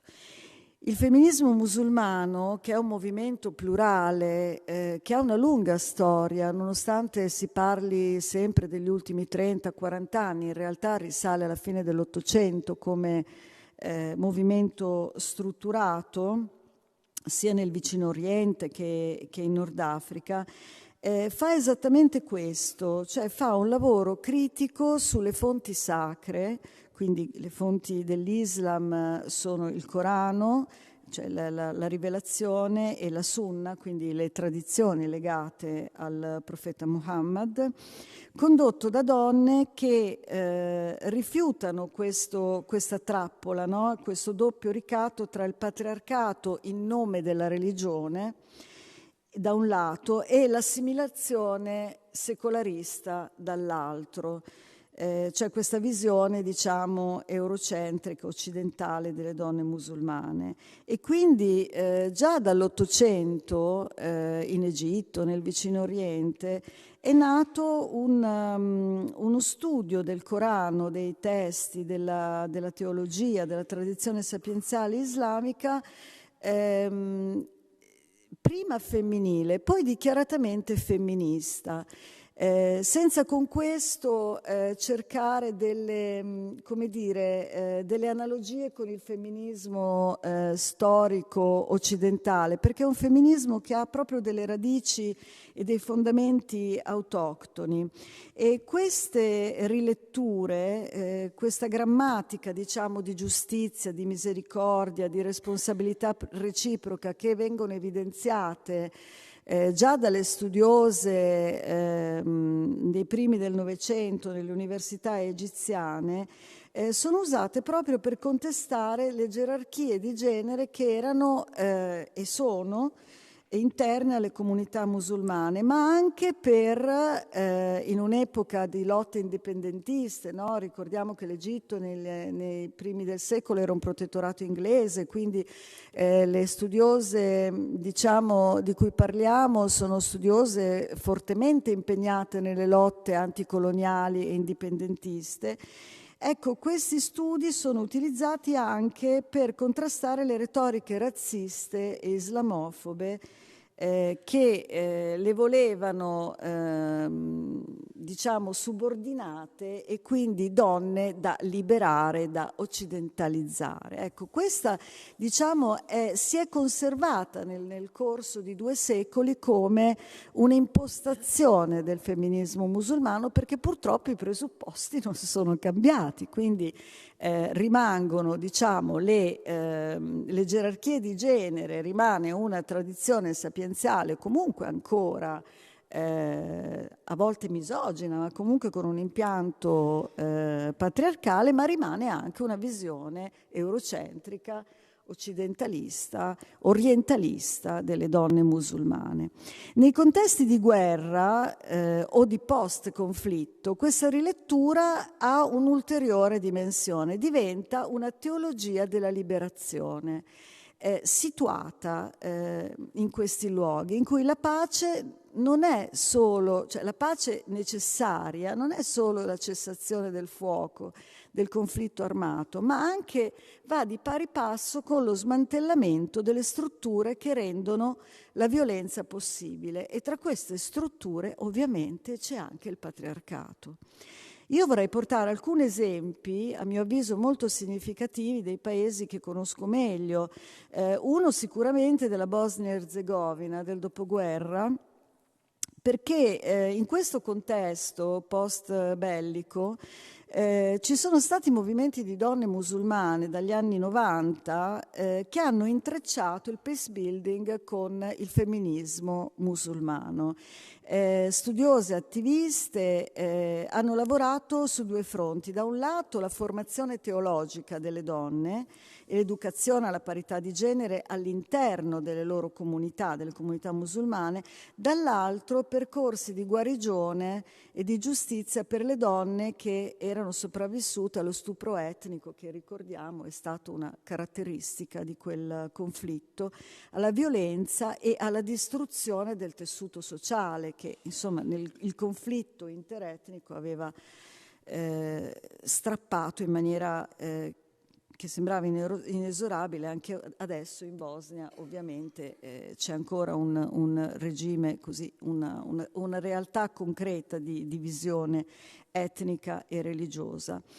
In queste associazioni, l'Associazione delle Vittime di Guerra, ad esempio, che ha sede a Sarajevo, ma anche altre associazioni, anche gruppi di artiste bosniache, qui io ho messo una fotografia di un artista che ho conosciuto in Bosnia, che si chiama Aida Sehovic.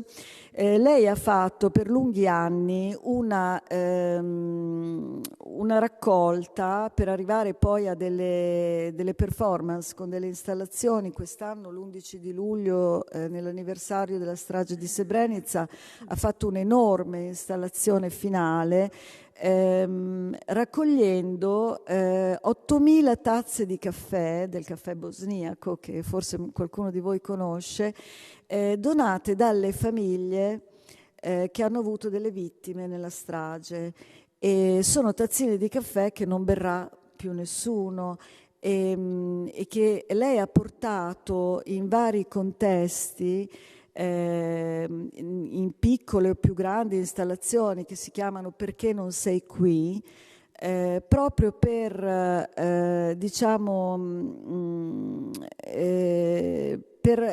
dare una rappresentazione plastica dell'assenza, cioè del lutto che queste famiglie devono ancora elaborare.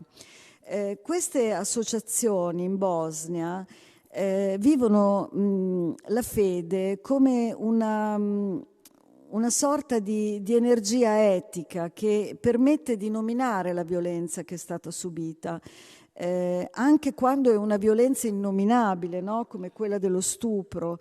Loro rifiutano la narrazione vittimistica, ma vogliono tornare nello spazio pubblico come soggetti politici. Queste donne hanno documentato prove e informazioni sui crimini di guerra, hanno fornito testimonianze chiave nei processi legati al conflitto, hanno contribuito a ottenere giustizia e assistenza finanziaria e psicologica per migliaia di persone.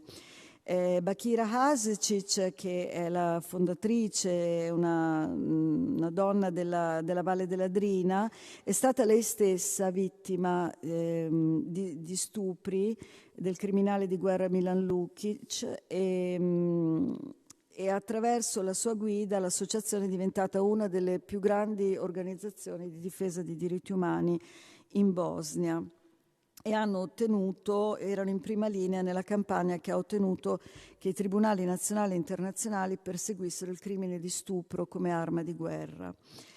In Bosnia, che ripeto, ancora la Bosnia vive una sorta di apartheid mascherato, no? Ufficioso, c'è anche un altro aspetto, la difficoltà di questi movimenti di donne di fede nel dialogare sia con le istituzioni religiose sia con i femminismi secolari, che spesso sono diffidenti verso un linguaggio seppure femminista, seppure di liberazione, però con dei fondamenti religiosi, e questo purtroppo è un problema che c'è in molti luoghi, anche in Italia, lo posso testimoniare. C'è questo problema, il dialogo è molto faticoso e anche qui, come nel resto d'Europa, le donne credenti che rivendicano il diritto di essere musulmane, comunque praticanti, femministe e che vogliono costruire dei percorsi, una tessitura di relazioni con altre donne femministe, incontrano spesso molti ostacoli. Se ci spostiamo in altri contesti vediamo delle dinamiche analoghe. In Nigeria la Women Without Walls è stata fondata da una pastora, Esther Ibanga, e anche da una leader musulmana che si chiama Khadija Hawaja, e è un movimento che mette insieme donne cristiane e musulmane che sono delle vere e proprie negoziatrici nelle comunità. Negoziano con i leader politici e religiosi, ma anche con le bande armate, quindi fanno una sorta di mediazione anche nelle tribù, nei villaggi, costruiscono spazi di incontro oltre le appartenenze etniche, che sono spesso molto rigide e confessionali. Il loro lavoro è quasi invisibile nei media internazionali, però è un lavoro che ha dato molti risultati nel creare un linguaggio di diritti, nel formare le donne di varie tribù, di varie etnie, ed è un lavoro capillare nei quartieri, nei mercati, nelle scuole. Sono delle vere e proprie agenti di riconciliazione, oltre a essere loro stesse vittime della violenza dei loro territori.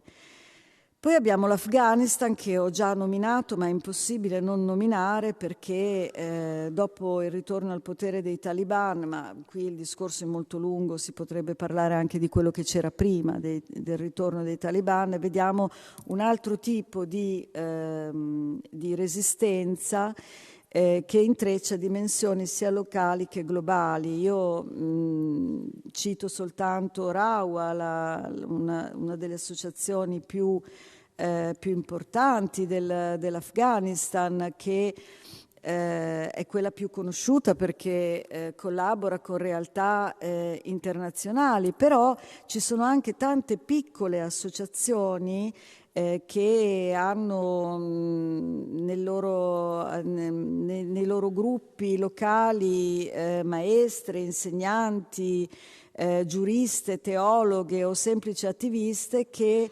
lavorano ad esempio per mantenere vive delle scuole private, no? Nelle case, per far studiare le bambine che sono state escluse dall'istruzione elementare, non elementare ma media, liceale e talvolta anche universitaria. Non fanno solo questo, ovviamente il discorso della formazione e dell'istruzione delle ragazze e delle bambine è molto importante, ma documentano anche le violazioni, hanno lanciato delle campagne per riconoscere l'apartheid di genere, perché questo è un vero e proprio apartheid di genere, rivendicando invece il fatto che la segregazione femminile non è una norma islamica, quindi sottraendo la legittimazione religiosa ai talibani.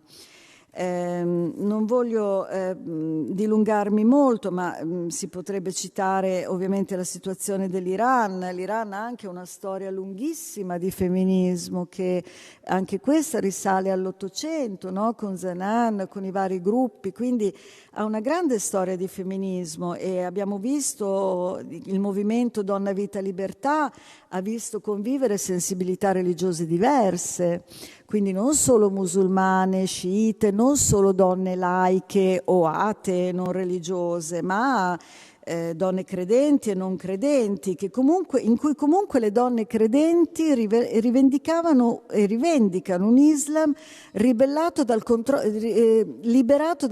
dello Stato, e questa è una cosa molto importante. Non c'è tempo adesso per approfondire il discorso del rapporto tra Stato e religione, ma la cosa importante è che queste donne chiedevano di liberare la religione dal controllo patriarcale delle gerarchie sciite. Voi sapete che è un paese sciita, quindi ha una gerarchia religiosa a differenza dell'Islam sunnita, e soprattutto dal controllo dello Stato, da questa sorta di appropriazione, di controllo, di colonizzazione dei corpi femminili che lo Stato fa. E quindi anche chi continua a riconoscersi nella religione sciita, anche nella tradizione sciita, quindi in categorie religiose come il martirio, la giustizia, eccetera, critica proprio in base alle proprie categorie religiose il regime e la polizia morale, ad esempio, no? Che opera in Iran, trasformando gesti come il rifiuto del velo obbligatorio, no? Cioè il velo come scelta, in un atto proprio diciamo di insubordinazione teologica, come vogliamo dire. Quindi la fede nel movimento Donna, Vita, Libertà non è rifiutata, ma è rifiutata la fede di Stato, no? È ripensata come uno spazio di dignità delle persone, no? Ricordiamoci che le donne sono esseri umani. Quando noi parliamo di donne, noi stiamo parlando di esseri umani, di persone, non qualcosa di diverso, no? Dagli uomini o dal resto delle creature. Un rifiuto dell'umiliazione, una solidarietà tra le varie donne appartenenti a tante comunità religiose, a comunità politiche, a comunità di pensiero. E la fede, in questo caso l'Islam sciita, è essa stessa un linguaggio utilizzabile per immaginare un futuro in cui la sovranità sul corpo delle donne non sia mediata da uno Stato custode, no? Questa cosa terribile. E vorrei parlare anche dello Yemen, che è spesso il grande dimenticato, no? Tra i paesi musulmani, ma che è un paese purtroppo dove la guerra ha raggiunto, come il Sudan, dove ha raggiunto dei livelli atroci. Ecco, anche in Yemen ci sono molte associazioni di donne musulmane impegnate nella costruzione di pace. Ne cito solo alcune, la Peace Track Initiative che vedete nella foto, che è un'associazione di donne radicate nelle comunità religiose che mediano addirittura tra le milizie e la popolazione civile, quindi fanno un lavoro anche estremamente pericoloso, negoziano corridoi umanitari, riescono ad avere anche un ruolo politico, danno sostegno psicologico, sostegno medico, sono davvero una risorsa grandissima, dove la fede anche qui diventa un mezzo per contestare sia il militarismo dei gruppi armati, sia la marginalizzazione delle donne nei processi decisionali, quindi il loro attivismo è anche una presenza pubblica, politica, a livello anche proprio di mediazione, no? Nei corridoi umanitari, nelle trattative dei cessati il fuoco tra i vari gruppi. E questo a me sembra estremamente importante, perché la base di tutte queste esperienze femminili che vi sto portando è che la pace non è solo l'assenza di conflitto armato, non è solo richiedere il cessate il fuoco, ma è la trasformazione delle strutture che producono esclusione, povertà, violenze, che sono anche le strutture patriarcali. Quindi senza l'uno non ci può essere l'altro. Le due cose vanno insieme ed è questo che le donne hanno capito e stanno mettendo in pratica.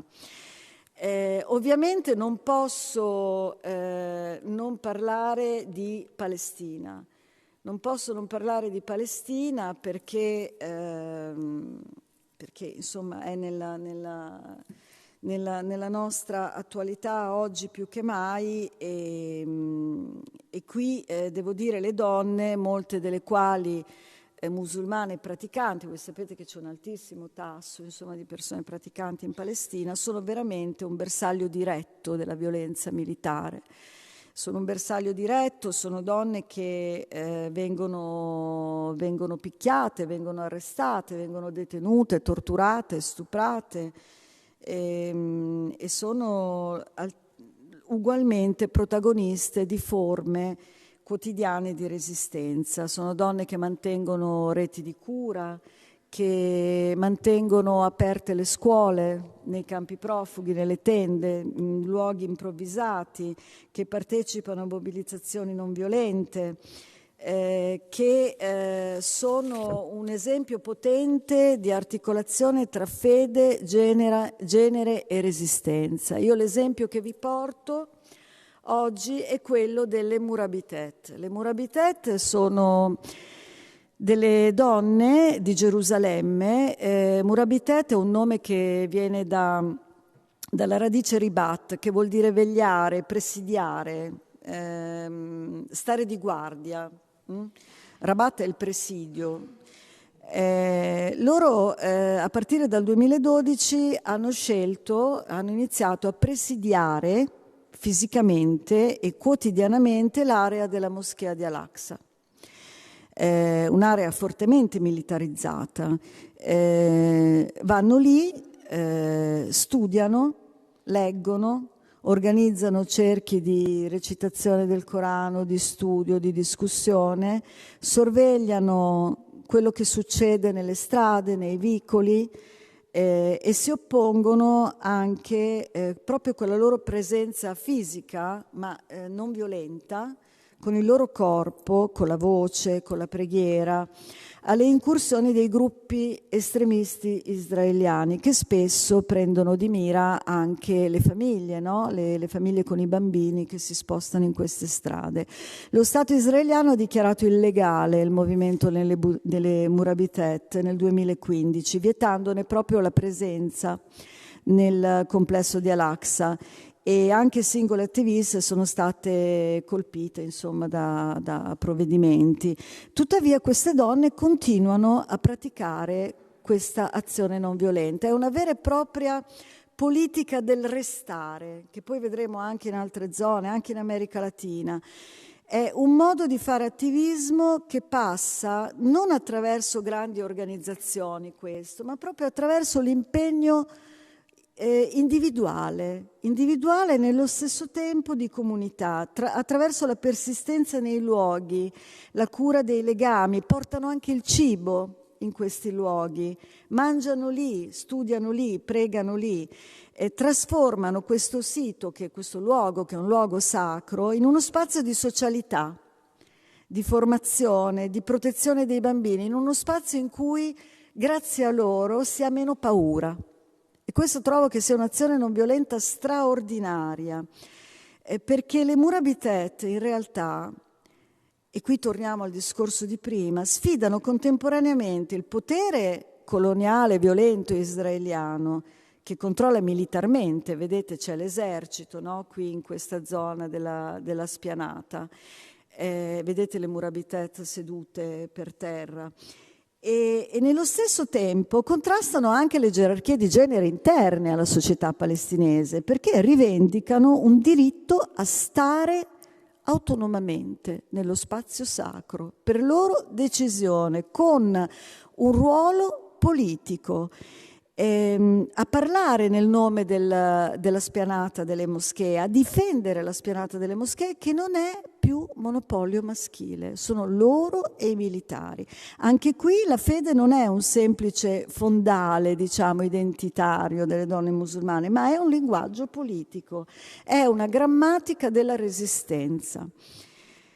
Io credo che le donne palestinesi stiano facendo un grande lavoro, le associazioni, le piccole scuole, gli asili, ma anche le teologhe, le studiose di diritto islamico, rispondono proprio a questi due fronti che devono affrontare, no? Tutto questo nell'ambito di una guerra terrificante, anche con una produzione di discorso religioso.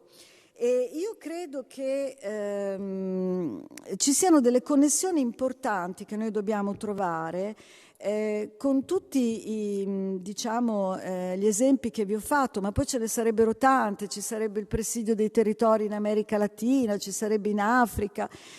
Non sono isolate, cioè si collocano dentro una storia più lunga di femminismo internazionale pacifista, che dalle suffragiste in poi, insomma, è arrivato fino alle reti contemporanee di femminismo decoloniale, che contestano insieme il razzismo, ma anche il sistema capitalista, predatorio, estrattivo, pensiamo all'Africa, i fondamentalismi religiosi, la violenza di Stato, sta tutto insieme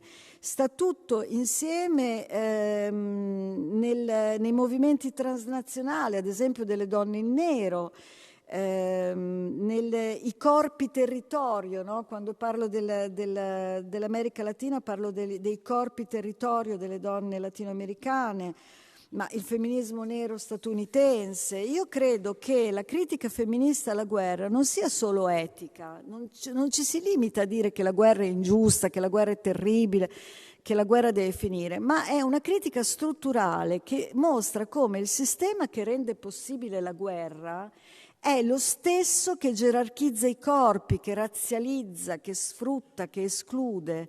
Quindi le femministe, credenti o non credenti che siano, sanno che non può esserci una pace senza giustizia sociale, senza uguaglianza di genere, senza decolonizzazione.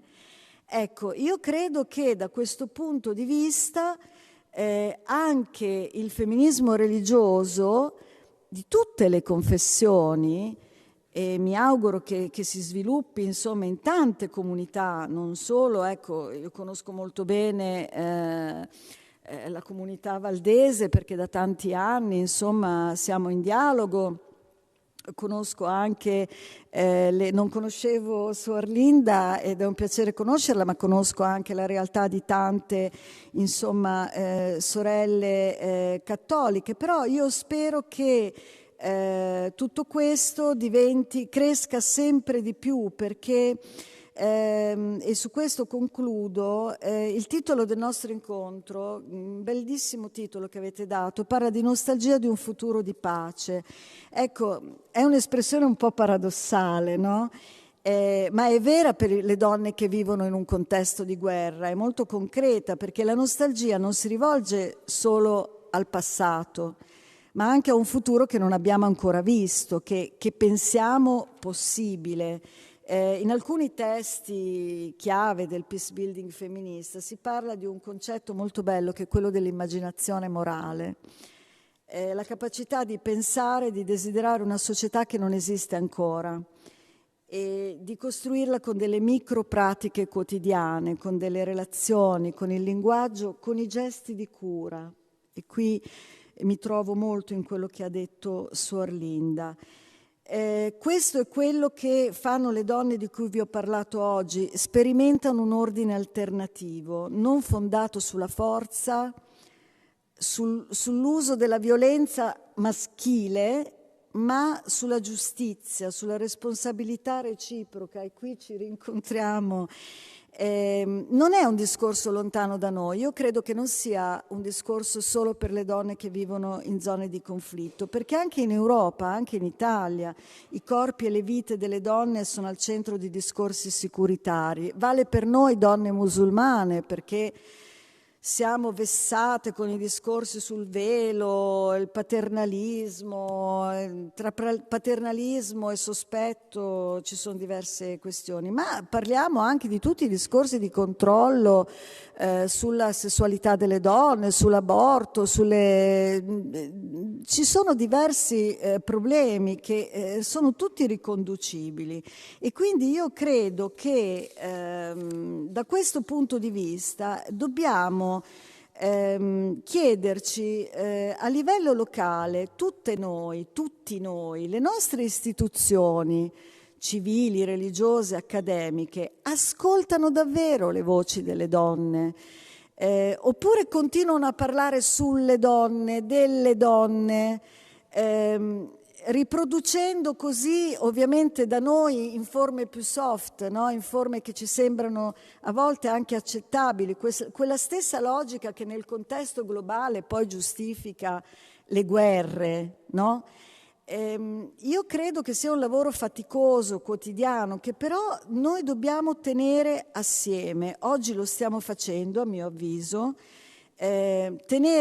costruire delle alleanze tra i diversi femminismi e tra le diverse tradizioni religiose, perché la pace di cui noi abbiamo nostalgia non può che essere una pace plurale, una pace femminista, una pace decoloniale, se no rimarrà un sogno. Dai 32 minuti, sono stata brava.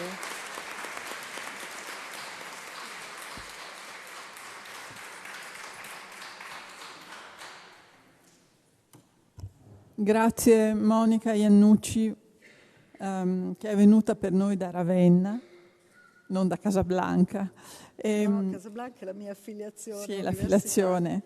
E ora parlerà Daniela Di Carlo, pastora titolare della Chiesa Valdese di Milano, che è venuta da Milano,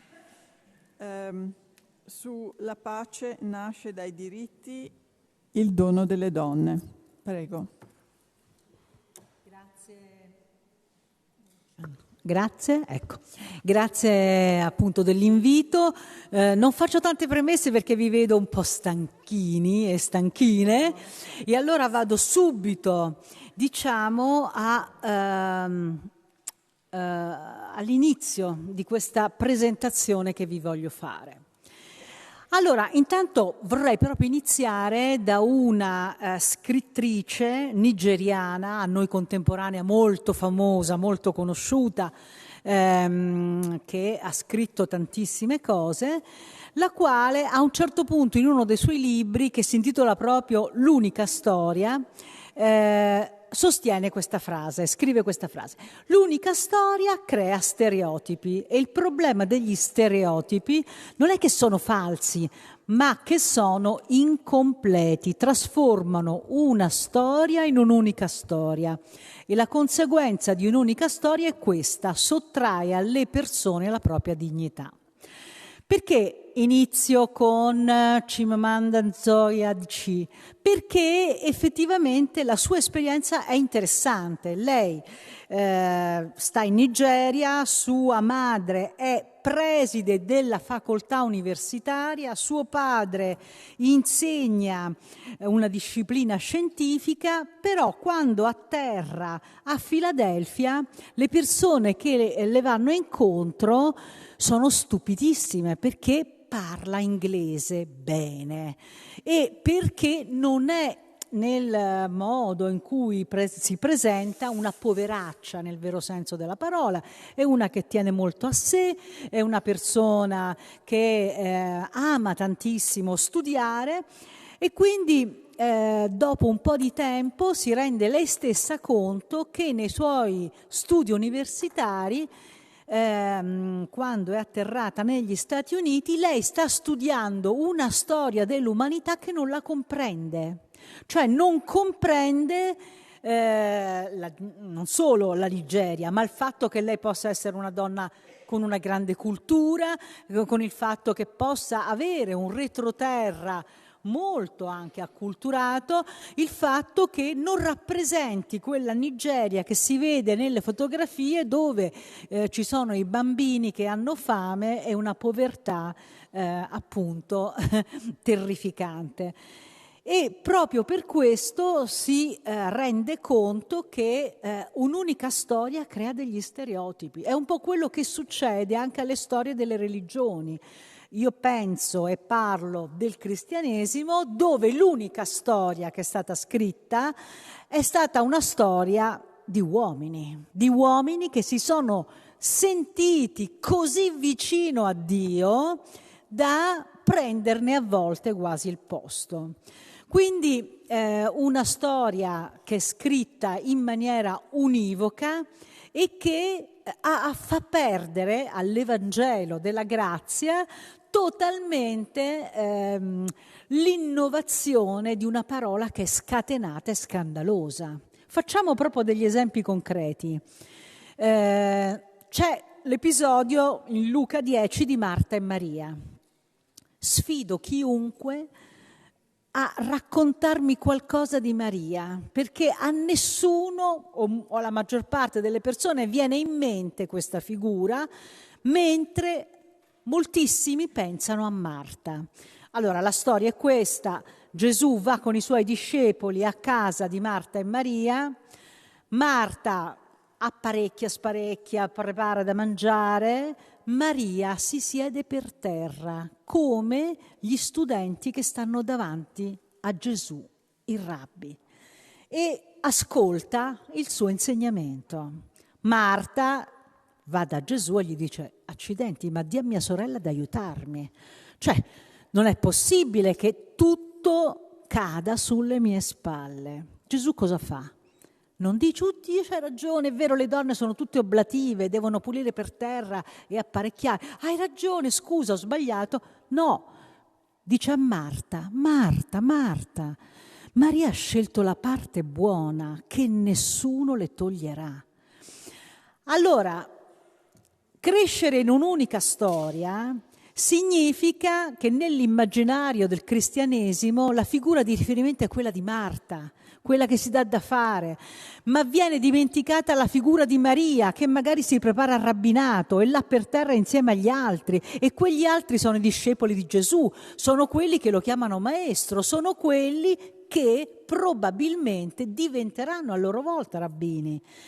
E allora come mai questa storia così incredibile scatenata del Vangelo diventa una storia nella quale tutto ciò che è religioso viene rilegato a un solo genere, che è quello maschile? Qua è una domanda che veramente pesa.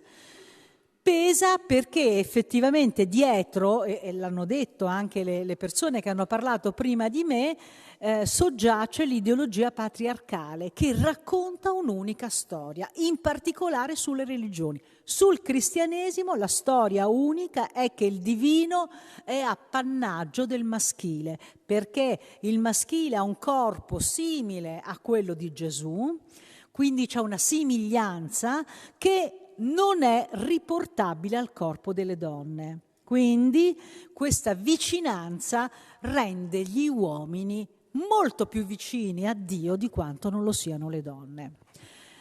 Quindi, che cosa ne possiamo dedurre? Che il cristianesimo ha sempre fatto non tanto un'evangelizzazione religiosa quanto un'evangelizzazione sessuale, cioè ha detto alle donne: voi non siete come Dio, voi non avete il divino, voi non potete parlare di teologia, voi non potete amministrare i sacramenti, voi non potete fare un sacco di cose. E non solo, il paradosso qual è? Che il cristianesimo potrebbe essere la religione per eccellenza in cui tutti i corpi vengono esaltati, perché è la religione di un corpo, che ha il corpo al centro, il corpo incarnato di Gesù Cristo, il corpo incarnato di Gesù che conosce la morte, il corpo risuscitato, e alla testimonianza di questa resurrezione ci sono le donne, perché saranno poi loro che porteranno in giro per il mondo l'idea di resurrezione come nuova nascita. E allora, di nuovo, com'è possibile che il cristianesimo, che dovrebbe avere al centro storie non di emancipazione, ma storie di sconfinamento di stereotipi di genere, sia diventato poi il luogo, la sede nella quale i corpi delle donne sono tenuti prigionieri. Questo perché le religioni abramitiche hanno teorizzato la superiorità umana rispetto a quella animale, la superiorità animale rispetto all'ecosistema, la superiorità maschile rispetto a quella femminile. Qua vi ho messo tre articoli, di un gruppo che nella mia chiesa valdese di Milano opera per una trasformazione, di rapporto tra non soltanto uomini e donne, ma anche tra umanità e creato, tra umanità e mondo animale, perché noi ci dimentichiamo, proprio perché abbiamo questa idea della verticità, che tutto quanto noi vediamo sotto i nostri occhi funziona in una maniera gerarchica. Peccato che però la gerarchia genera violenza e la violenza genera la guerra. E allora questo gruppo, che si chiama Gruppo del Gallo Verde, quindi un gruppo molto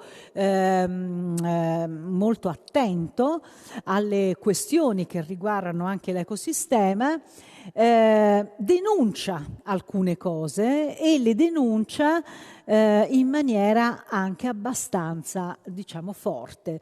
Uno degli articoli infatti dice così: come cristiane, parlo come utilizzando solo il femminile nonostante ci sia un linguaggio inclusivo. Prendiamo le distanze dal pensiero antropocentrico che pure ha attraversato il cristianesimo usando l'avidità finanziaria che ha messo al proprio servizio l'uso brutale delle tecnologie per depredare senza criterio l'ecosistema, lo specismo per sfruttare senza limiti il mondo animale, il macismo per controllare la vita delle donne, il razzismo per dominare le persone non bianche, il colonialismo per imporre la cultura dei più potenti. Vogliamo ispirare le nostre vite ascoltando il respiro dell'Evangelo dove ci annuncia, ma secondo la promessa noi aspettiamo nuovi cieli e nuova terra nei quali abiti la giustizia. Quindi il punto è che dobbiamo cambiare la mentalità con la quale ragioniamo e con la quale ci pensiamo, inventando e abitando delle relazioni orizzontali e non più gerarchizzanti. Le donne sono investite dalla guerra, l'ha proprio appena detto la Marisa, ma dalla guerra, dal razzismo, dalla povertà, e il patriarcato è il fratello del razzismo che colloca un gruppo di persone sopra delle altre e queste persone che sono sottoposte vengono disumanizzate e diventano proprio bottino di guerra, meritevoli proprio di annichilimento.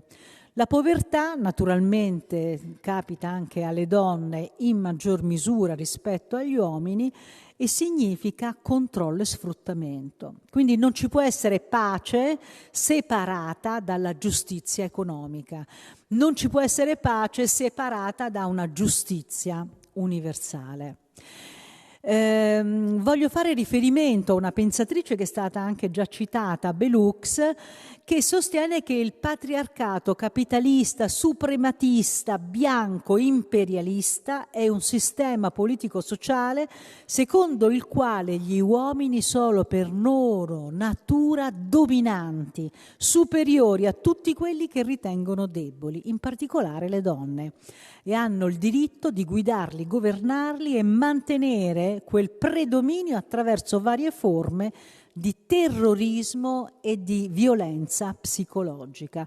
Belux non scrive di un passato remoto, parla della sua esperienza di donna nordamericana che ha militato e ha vissuto con grande forza gli anni 70 e 80. Ecco, non parliamo di qualcosa di negativo che riguarda un passato remoto.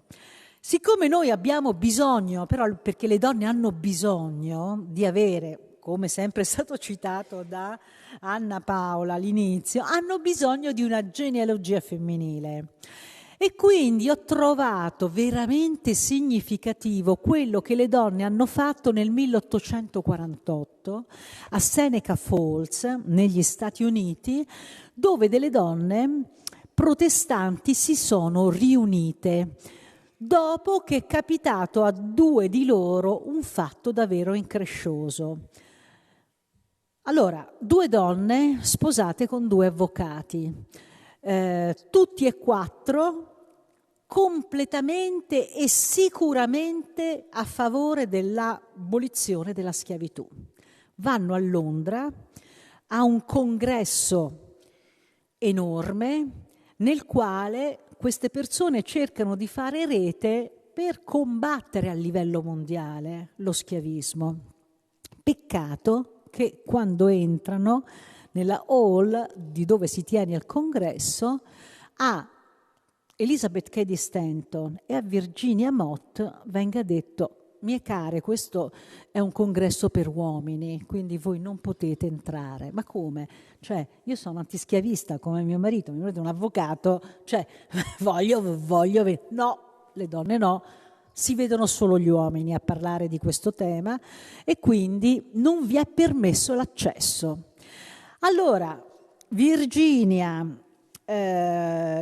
Lucrezia Mott e Cady Stanton cosa fanno? Si fanno una passeggiata, anche solo per sbollire la rabbia che avevano. A quel punto viene loro un'idea. Ma perché non coinvolgiamo altre donne e non cominciamo a capire come mai, uno, non possiamo votare, perché poco dopo ci sarà il suffragio universale, ma a quell'epoca non c'era di sicuro. Infatti poi queste donne protestanti militano contemporaneamente nel movimento suffragista quando tornano nelle loro case. E quindi cosa fanno? Si riuniscono, chiamano altre amiche, cominciano a studiarsi la Costituzione, cominciano a leggersi la Bibbia e danno origine a questo incontro di Seneca Falls, non chiuso agli uomini, assolutamente, gli uomini potevano andare, ma era gestito dalle donne. E in questo incontro dicono delle cose incredibili. Dicono, per esempio, noi riteniamo che tutti gli uomini e le donne sono creati uguali, che sono dotati dal loro creatore di certi inalienabili diritti, fra i quali quelli alla vita, alla libertà e, attenzione, al perseguimento della felicità. Ma nella Chiesa, come nello Stato, l'uomo non le concede che una condizione subordinata e fa ricorso all'autorità apostolica per escluderla dal ministero religioso e, con poche eccezioni, da ogni pubblica partecipazione agli affari della Chiesa. Gli uomini hanno usurpato le prerogative dello stesso Dio, rivendicando come proprio diritto quello di assegnarle una sua propria sfera di azione alle donne, mentre ciò appartiene alla coscienza di lei, quindi alla coscienza delle donne e al suo Dio. Gli uomini hanno cercato in ogni modo di distruggere la fiducia nei propri poteri, cioè delle donne, di diminuire il rispetto che le donne hanno di se stesse e di farle spontaneamente accettare di condurre una vita dipendente ed abbietta. Cioè, queste sono le parole delle donne protestanti del 1848 in una chiesa appunto protestante che cercavano di mettere insieme la vita, quella pubblica e politica, e la vita religiosa, quella legata alla fede. Come vi dicevo, leggono la Bibbia e pubblicano poco dopo la Women's Bible, la Bibbia delle donne, che è, per chi si intende di Bibbia, un commentario biblico, nel senso che loro, dopo la lettura, prendono in esame tutti gli articoli che riguardano le donne e fanno uno studio critico delle fonti direttamente. Vi leggo solo questa frase. La Bibbia insegna che le donne hanno portato il peccato e la morte nel mondo. Non credo che nessun uomo abbia mai parlato con Dio. La Bibbia non è stata scritta dall'uomo per mantenere, è stata scritta dall'uomo per mantenere il suo amore per il dominio. E là poi naturalmente invece cercano anche dei testi biblici di grande attualizzazione. Nell'inizio del Novecento un'altra donna protestante si indigna su il fatto che le donne non abbiano uno spazio pubblico, ma neanche, religioso, e sostiene che siccome nel protestantesimo c'è un immediato rapporto tra l'individuo e Dio, quindi questo deve valere anche per le donne. Perché vale solo per gli uomini? Una donna ha un valore indipendente dalle sue funzioni sessuali, lei dice, che non deriva dalla sua relazione con un uomo come moglie o madre, ma dalla relazione con Dio. E qua veniamo a una questione che già hanno messo in campo a Seneca Falls nel 1848, che oggi delle teologie che sono sviluppate dalle donne ha una centralità unica, ed è quella del linguaggio inclusivo. Perché le parole diventano etichette, ci dice Veragheno, e il linguaggio può escludere molte persone semplicemente non nominandole. Cioè, non parlando e nominando le donne si costruisce un mondo fatto a misura degli uomini. Elisabeth Schulz a Fiorenza, teologa cattolica, afferma che le strutture patriarcali della Chiesa hanno causato il silenzio e l'invisibilità delle donne e vengono mantenute tali da una teologia che continua ad essere androcentrica. E Lucy Righerei arriva addirittura a dire che in tutte le religioni alle donne è stato tolto lo specchio per vedere se stesse in relazione con il divino. Soltanto gli uomini possono farlo perché il loro corpo è simile a quello di Gesù. Naturalmente non possiamo non parlare di Mary Daly, che appunto sostiene che il lavoro delle teologie cristiane hanno reso un servizio a quel tipo di società che ha fatto sempre sembrare giusti i suoi meccanismi di oppressione che riguardano le donne. Ma cerchiamo adesso una parte positiva e la troviamo sicuramente nella teologia di Carter Hayward, una teologa episcopale che difende il fatto che le donne vivono, crescono e muoiano all'interno appunto di questa relazione fondativa con Dio, che chiama forza in relazione e sostiene il seguente concetto. La forza in relazione, cioè Dio, è sacra perché ci contiene tutte e tutti insieme, al di là delle nostre capacità di immaginazione, e perché noi possiamo darle nuova energia, incarnandola e riportandola in vita nel mondo.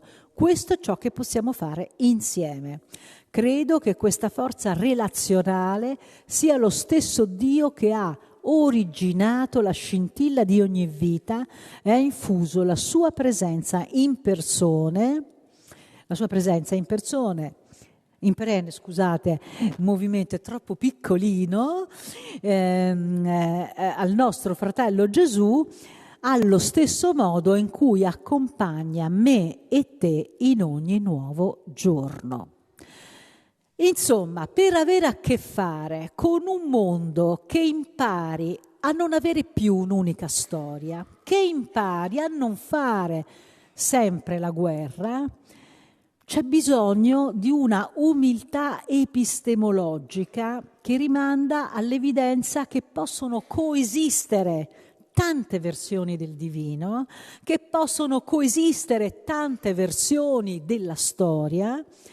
E soprattutto ci dice Simone Weil, è necessario fare i conti con il fatto che i nostri desideri devono essere limitati. Cioè, il desiderio degli uomini di occupare tutto lo spazio del divino deve arretrare, perché esistono altri desideri di persone che rappresentano una pluralità e una moltitudine che ha giusto diritto di cittadinanza. Ci dice in questo caso un filosofo ebreo, Levinas, che forse noi dobbiamo veramente liberarci di ogni ragionamento che parta da una logica binaria. Cioè, vi ricordate l'antico motto francese liberté, égalité, fraternité? Ebbene, lui dice che forse ci dobbiamo assolutamente liberare dell'idea di uguaglianza, perché l'uguaglianza fa immediatamente creare una dicotomia attraverso la quale se tu non sei uguale a me sei meno di me. E se tu non sei uguale a me, io ho il diritto di ucciderti, ho il diritto di farti andare via, dalla mia terra, ho il diritto di non darti cittadinanza, ho il diritto di non nominarti, eccetera, eccetera, eccetera. Quindi, appunto, occorre cambiare proprio mentalità. E allora, per cambiare mentalità, è chiaro, c'è bisogno anche di un'identità, però che non diventi una identità che crei un muro nel quale ciascuna identità è arroccata e ciascuna identità lotta per una propria sovranità sulle altre. In realtà il confine può essere legittimo, ma il muro, se simbolicamente deve essere eretto, cosa che non credo, comunque deve avere una serie di porte, tante porte, affinché l'ospite possa entrare e si possa chiedere all'ospite: ma chi sei tu? Perché questa domanda è la domanda al centro del riconoscimento e presuppone che di fronte a noi ci sia qualcuna unica, insostituibile, che ci chiama al dialogo e alla vita. Quindi, grazie al fatto che qualcuna si interessi a noi, noi prendiamo forma, noi diventiamo umane, noi possiamo raccontare le nostre fedi, ascoltare quelle degli altri e condividere la saggezza. Quindi, se noi vogliamo un mondo diverso, se noi vogliamo una pluralità di storie, dobbiamo, e qua vi leggo le parole di Erella Shadmi, che è una donna attivista ebrea, che ha scritto questo bellissimo microlibro che vi invito a leggere, perché è piccolissimo, si legge nel treno in un'ora, ma contiene delle verità interessanti. A un certo punto lei dice: per questo nuovo mondo, diciamo, occorre rinunciare all'ambizione della vittoria, abbandonare l'approccio positivo e cercare la riconciliazione, abbracciare i diritti umani, i diritti civili delle minoranze, delle donne e i diritti di genere, riconoscere un mondo di sovranità multiple, economie multiple, affiliazioni multiple. Questo è l'unico modo per creare un mondo che abbia delle storie plurali, e mi vede veramente molto d'accordo. Quindi la violenza che caratterizza le nostre società, qua siamo con Vandana Shiva, è legata alle strutture violente, proprio come diceva Marisa, che abbiamo creato per ridurre la società in merci e gli esseri umani in consumatori. Lei si pone questa domanda, però va oltre, perché dice: esempio del fatto che questa domanda è anche risposta, ne sono le condizioni da campo di concentramento nella quale vengono tenuti gli animali. Per esempio, lei parte dall'osservazione degli allevamenti intensivi che riducono gli animali a ciò che Paolo De Benedetti, che è un teologo ebreo, definiva campi di concentramento, la cultura del campo di concentramento. Questi animali vengono tenuti segregati, non possono uscire, non possono neanche stare in piedi sulle proprie gambe perché le gabbie sono troppo minuscole e quindi subiscono una violenza incredibile. E allora lei arriva a dire: ma la violenza che gli esseri umani rivolgono gli uni contro gli altri è simile, è molto simile alla violenza che viene fatta agli animali. L'imposizione coercitiva di una cultura del consumo con la distruzione dei valori e delle diversità culturali diventano la gabbia contro cui le persone si ribellano. Quindi la violenza scaturisce proprio da questa tremenda cultura proprio della violenza che noi applichiamo pensando di applicarla solo agli umani, solo al creato. In realtà l'applichiamo in maniera sistematica in ogni guerra. E allora una delle, soluzioni che a me piace molto, perché sono veramente appassionata di questa filosofa della scienza che si chiama Donna Haraway, è quella che se l'umanità fosse in grado di vedere l'altro essere come capace di essere contenuto, compreso nella propria esperienza, rigenerando la figura del simbionte, che in biologia è un corpo che ne contiene un altro. Quindi se noi fossimo in grado di contenere il corpo, simbolicamente si intende, di un'altra persona, cioè se noi fossimo in grado di contenere tutte le storie delle altre storie, se noi fossimo in grado di contenere tutte le religioni che parlano del divino all'interno della nostra esperienza, ecco che noi vedremmo le altre e gli altri con una vicinanza tale da non poterli più danneggiare, perché fanno parte di noi. Fanno parte di quella cura che è necessaria, fanno parte di quel curare se stessi, perché oramai sono stati inglobati dalla nostra storia. E Donna Haraway dice questo: occorre la collaborazione tra le specie sopravvissute. E quali sono le specie sopravvissute? Secondo lei sono le donne, la comunità LGBTQ+, gli uomini che riflettono sulla maschilità, non tutti, solo quelli che riflettono sulla maschilità, sono specie sopravvissute e possono cambiare il mondo verso il raggiungimento della pace solo cooperando. Quindi la proposta concreta che ci fa questa filosofa della scienza, Donna Haraway, è questa: allargare e ridefinire la parentela. È un processo legittimato dal fatto che tutte le creature della Terra sono imparentate nel senso più profondo del termine e da tempo avremmo dovuto iniziare a prenderci cura delle creature affini come assemblaggi e non delle specie una alla volta.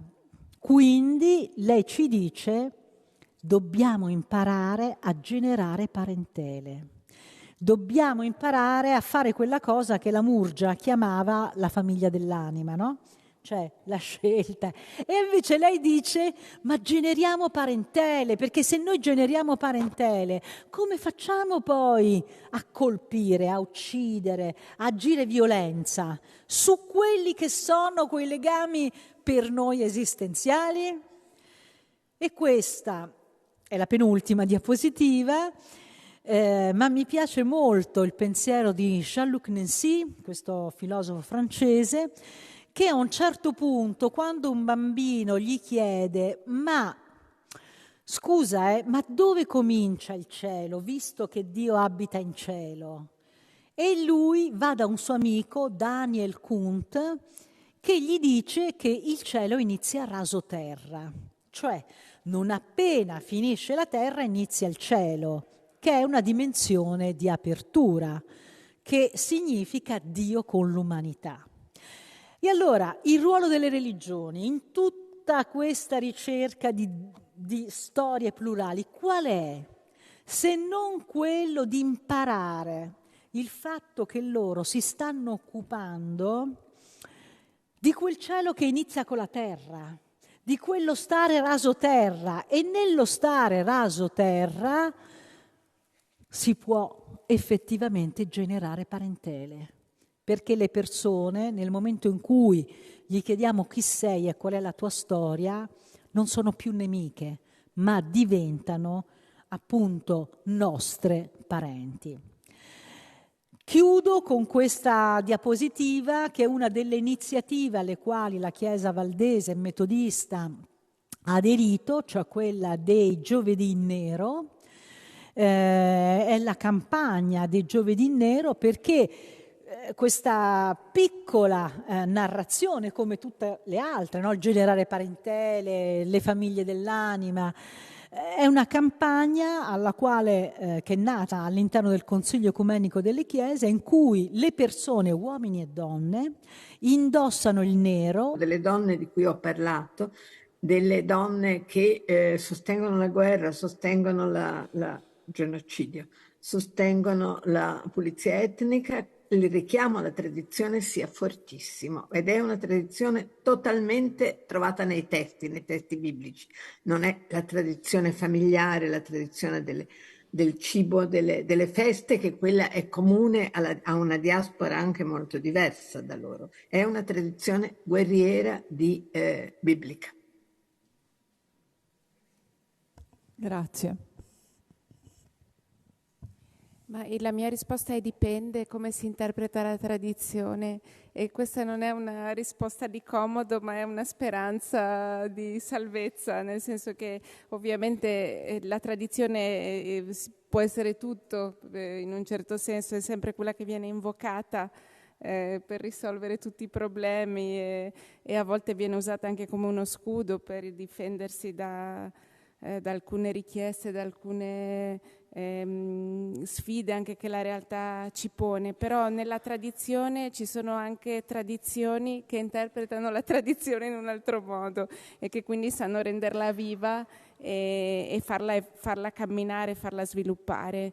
E ci sono tante testimonianze di questo tipo, di innovatori, diciamo, nella storia, e quindi io spero che la mia speranza, il mio augurio è che sappiamo far prevalere questo modo di guardare alla tradizione, alla nostra tradizione, con in modo creativo e anche con una capacità di autocritica. Ecco.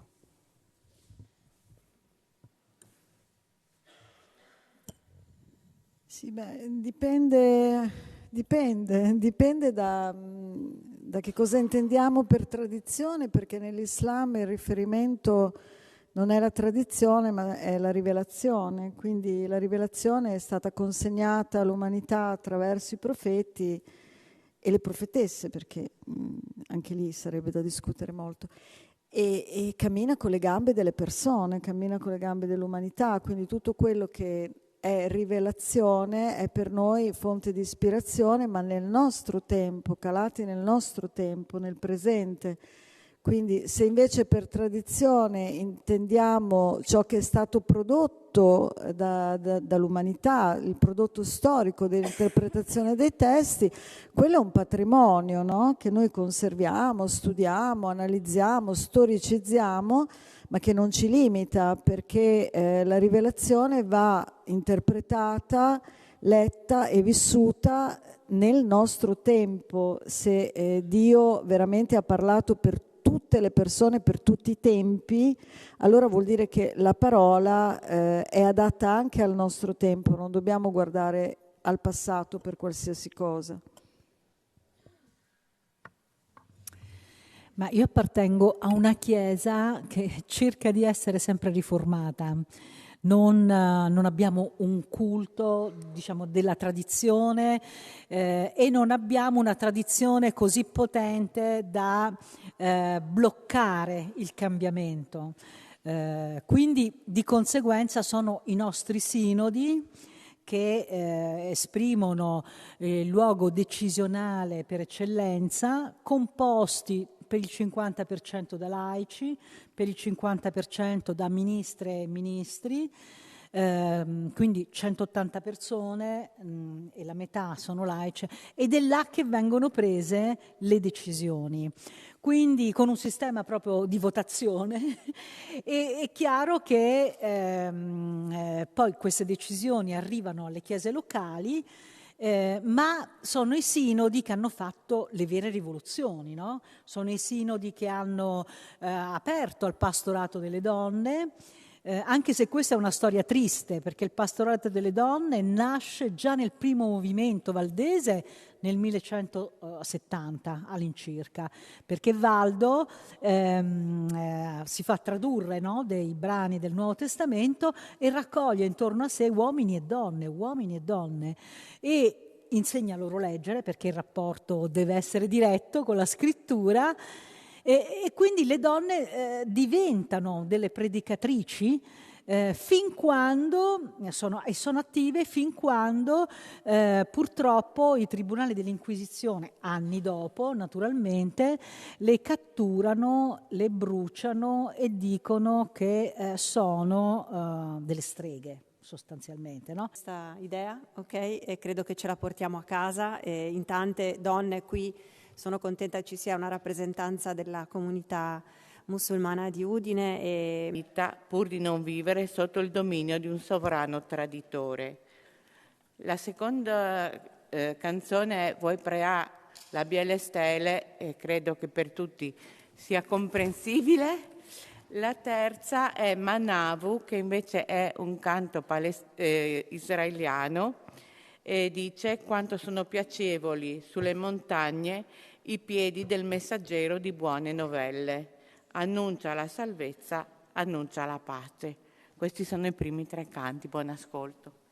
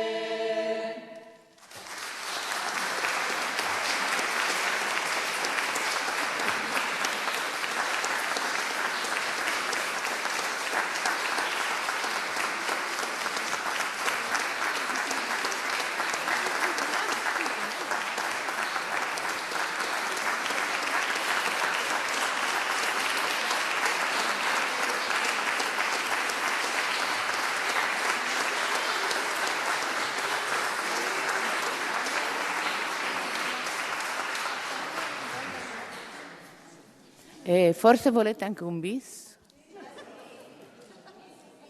Allora, per finire in bellezza, cantiamo Dona nobis pacem, una cosa un po' importante anche se fuori dalle nostre solite scelte di canto.